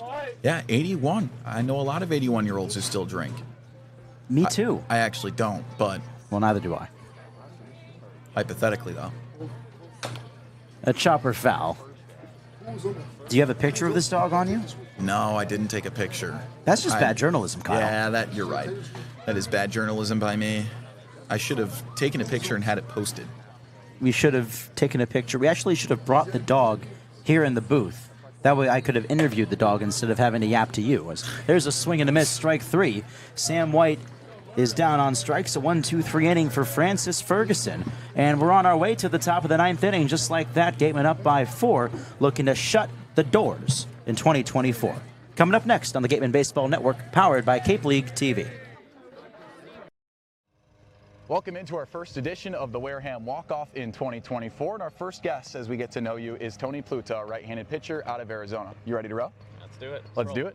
All right, Tony. Well, you're from Chicago, so what brought you out west to Arizona? So my recruiting coordinator at Arizona knew my high school coach really well and knows that whole area very well. So it's just kind of how I got connected with them. Gotcha. So they reached out to you in high school. You told me you topped out at 95 in high school, so pretty easy to get noticed? Yeah, that definitely helps. But, you know, going to all the tournaments and all that kind of thing helps. Okay, well, on top of that, you've developed some accolades in your short career in college baseball so far. You were in the Northwoods last year, and then college ball treated you well in 2024. Your spring was pretty fun. How about that Pac-12 championship? What was that like? It was amazing, especially being the last Pac-12 championship. It was an awesome feeling to win the last Pac-12 game ever. Yeah, and then Brendan Summerhill, your Gateman teammate, hit the walk-off. So is it cool to share that moment with your summer teammate as well? Oh yeah, it's great. Every moment with Summer is something special, so it's great to have a teammate like that. Speaking of summer, you've been to a lot of different baseball destinations. This is kind of your first one for an extended period of time out east. Where does Wareham rank all time? It's pretty great. I mean, the Northwoods was definitely its own thing, but I love Wareham. It's a great spot to be. Yeah, it's been fun so far. We made it to home plate, so my final question for you, what's the goal this summer? Just pitch well, throw strikes, and get guys out. Awesome. Thank you, Tony. Thanks, Kyle. That's our first edition of the Wareham Walk-Off. We'll catch you guys next week.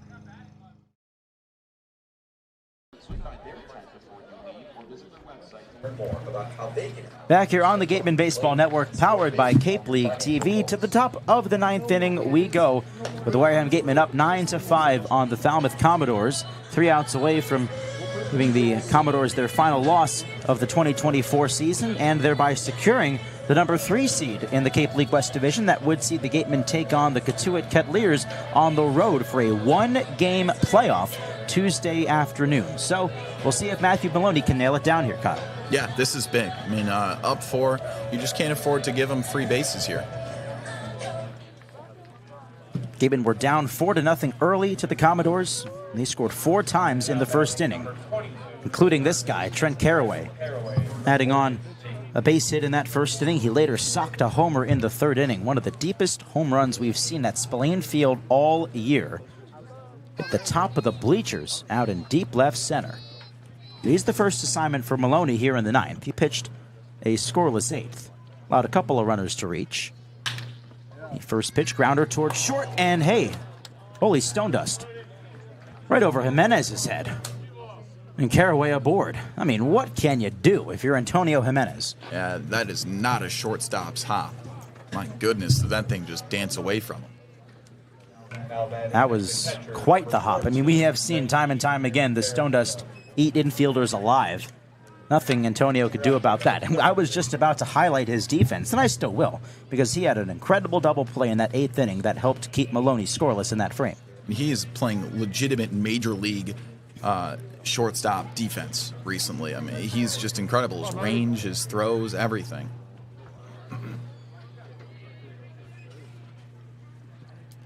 So that brings up Frankie Ferrantino. Didn't start this game as the catcher. That was Carson Bowen. Ferrantino came on in the 5th as a defensive replacement.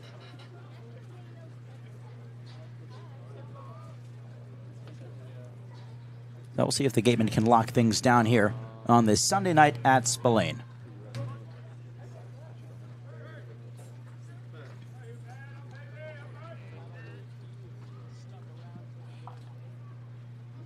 Second pitch, taken up high. Gatemen have seen some incredible performances tonight. Nate Early, how about another solid day out of him? Another multi-hit performance. He had the big one in the 6th, an RBI double that gave the Gatemen their first lead of the night to complete the comeback. I mean, he's just seen beach balls up there right now. The 1-1. Foul back. The Gatemen scored 3 times in the first after going down 4-0. They got a whole lot of walks and hit by pitches to help them out. An RBI single in the 4th from Michael Lippi made it a 1-run game. Tied it in the 5th, a hit by pitch on Aris Rivera, with the bases loaded. Before that early double gave them a 6-5 lead in the 6th, and they scored 3 times in the 7th to extend the lead. RBI for Jimenez and Murph Gray. Not much of a lead to speak of for Caraway at first base, just a couple of steps. 1-2. Swing and a miss. Chasing the ball in the dirt, 1 away. Man, Maloney's curveballs really is put-out pitch. I mean, his best outing of the year, he went 2 scoreless at Katuitt a couple weeks ago, and that's what really looked good that day, is he just had a bunch of righties just chasing that curveball into the dirt. It's been pretty locked down since then as well. As here's Donovan LaSalle. Right fielder out of Oklahoma State, smacked a 3-run homer in the first. First offering, catches the top of the zone, strike 1.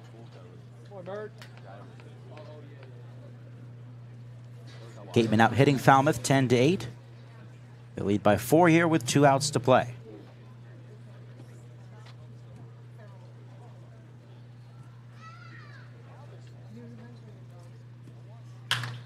Rogue towards left, and that'll find the outfield grass for a base hit. Perfectly placed between Jimenez and Gray. A 1-out base knock for LaSalle. Yeah, he just left that thing middle. Whacked it to left field. I mean, that's just a hitter's pitch right there. And before Jack Bell steps up, Maloney will see a mound visit from Eric Luxus. Now batting, the shortstop, number 7, Jack Bell, from Texas A&M. That's going to be his day. That'll be the end of the line for Matthew Maloney. Pitching change here with 2 outs to play with for the Doors. We'll see who it is coming out of the Gatemen bullpen. Wareham leading it 9-5 on the Gatemen Baseball Network, powered by Cape League TV.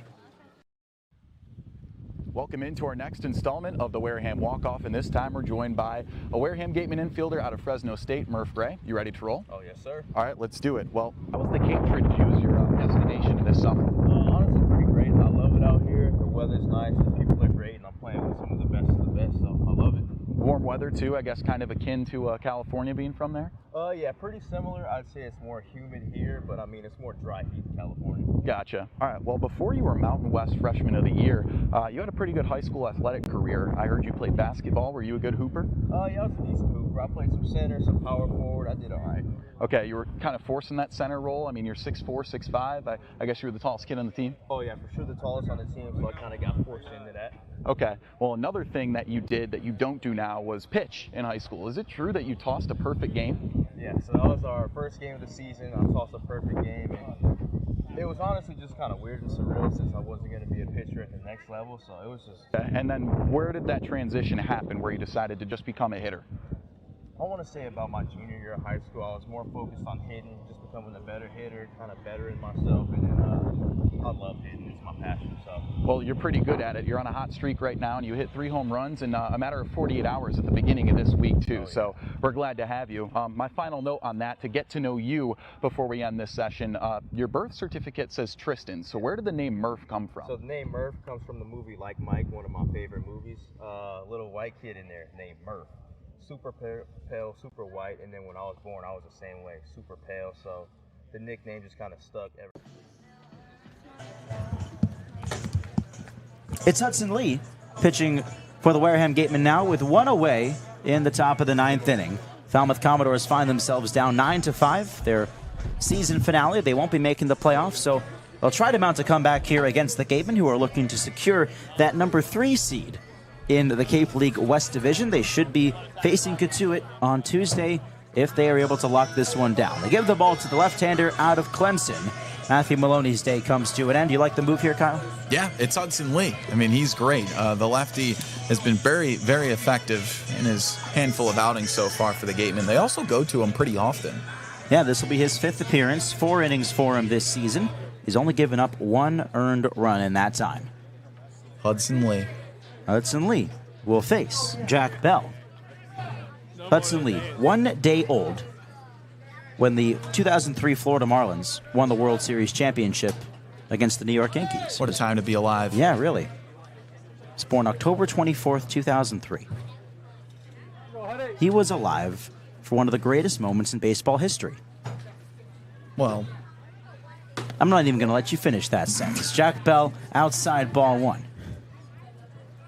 It was a moment in baseball history. It was a pretty cool moment, mind you. David Slade Goliath at the vaunted Yankees Stadium. I mean, think about that. Swing and a miss, 1-1. Yeah, I'm thinking about it. Keep thinking about it. It was one of the best. First and second, 1 away. It's Trent Caraway at second, Donovan LaSalle at first.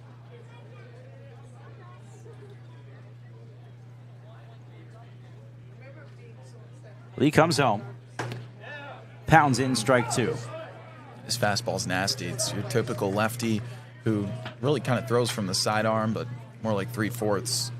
It just tails so much. Hard to read. Lee just wrapped up his freshman year at Wake Forest. Already announced his plans to transfer to Clemson. Pitched in just 1 inning as a Demon Deacon. He misses up and outside, 2-2.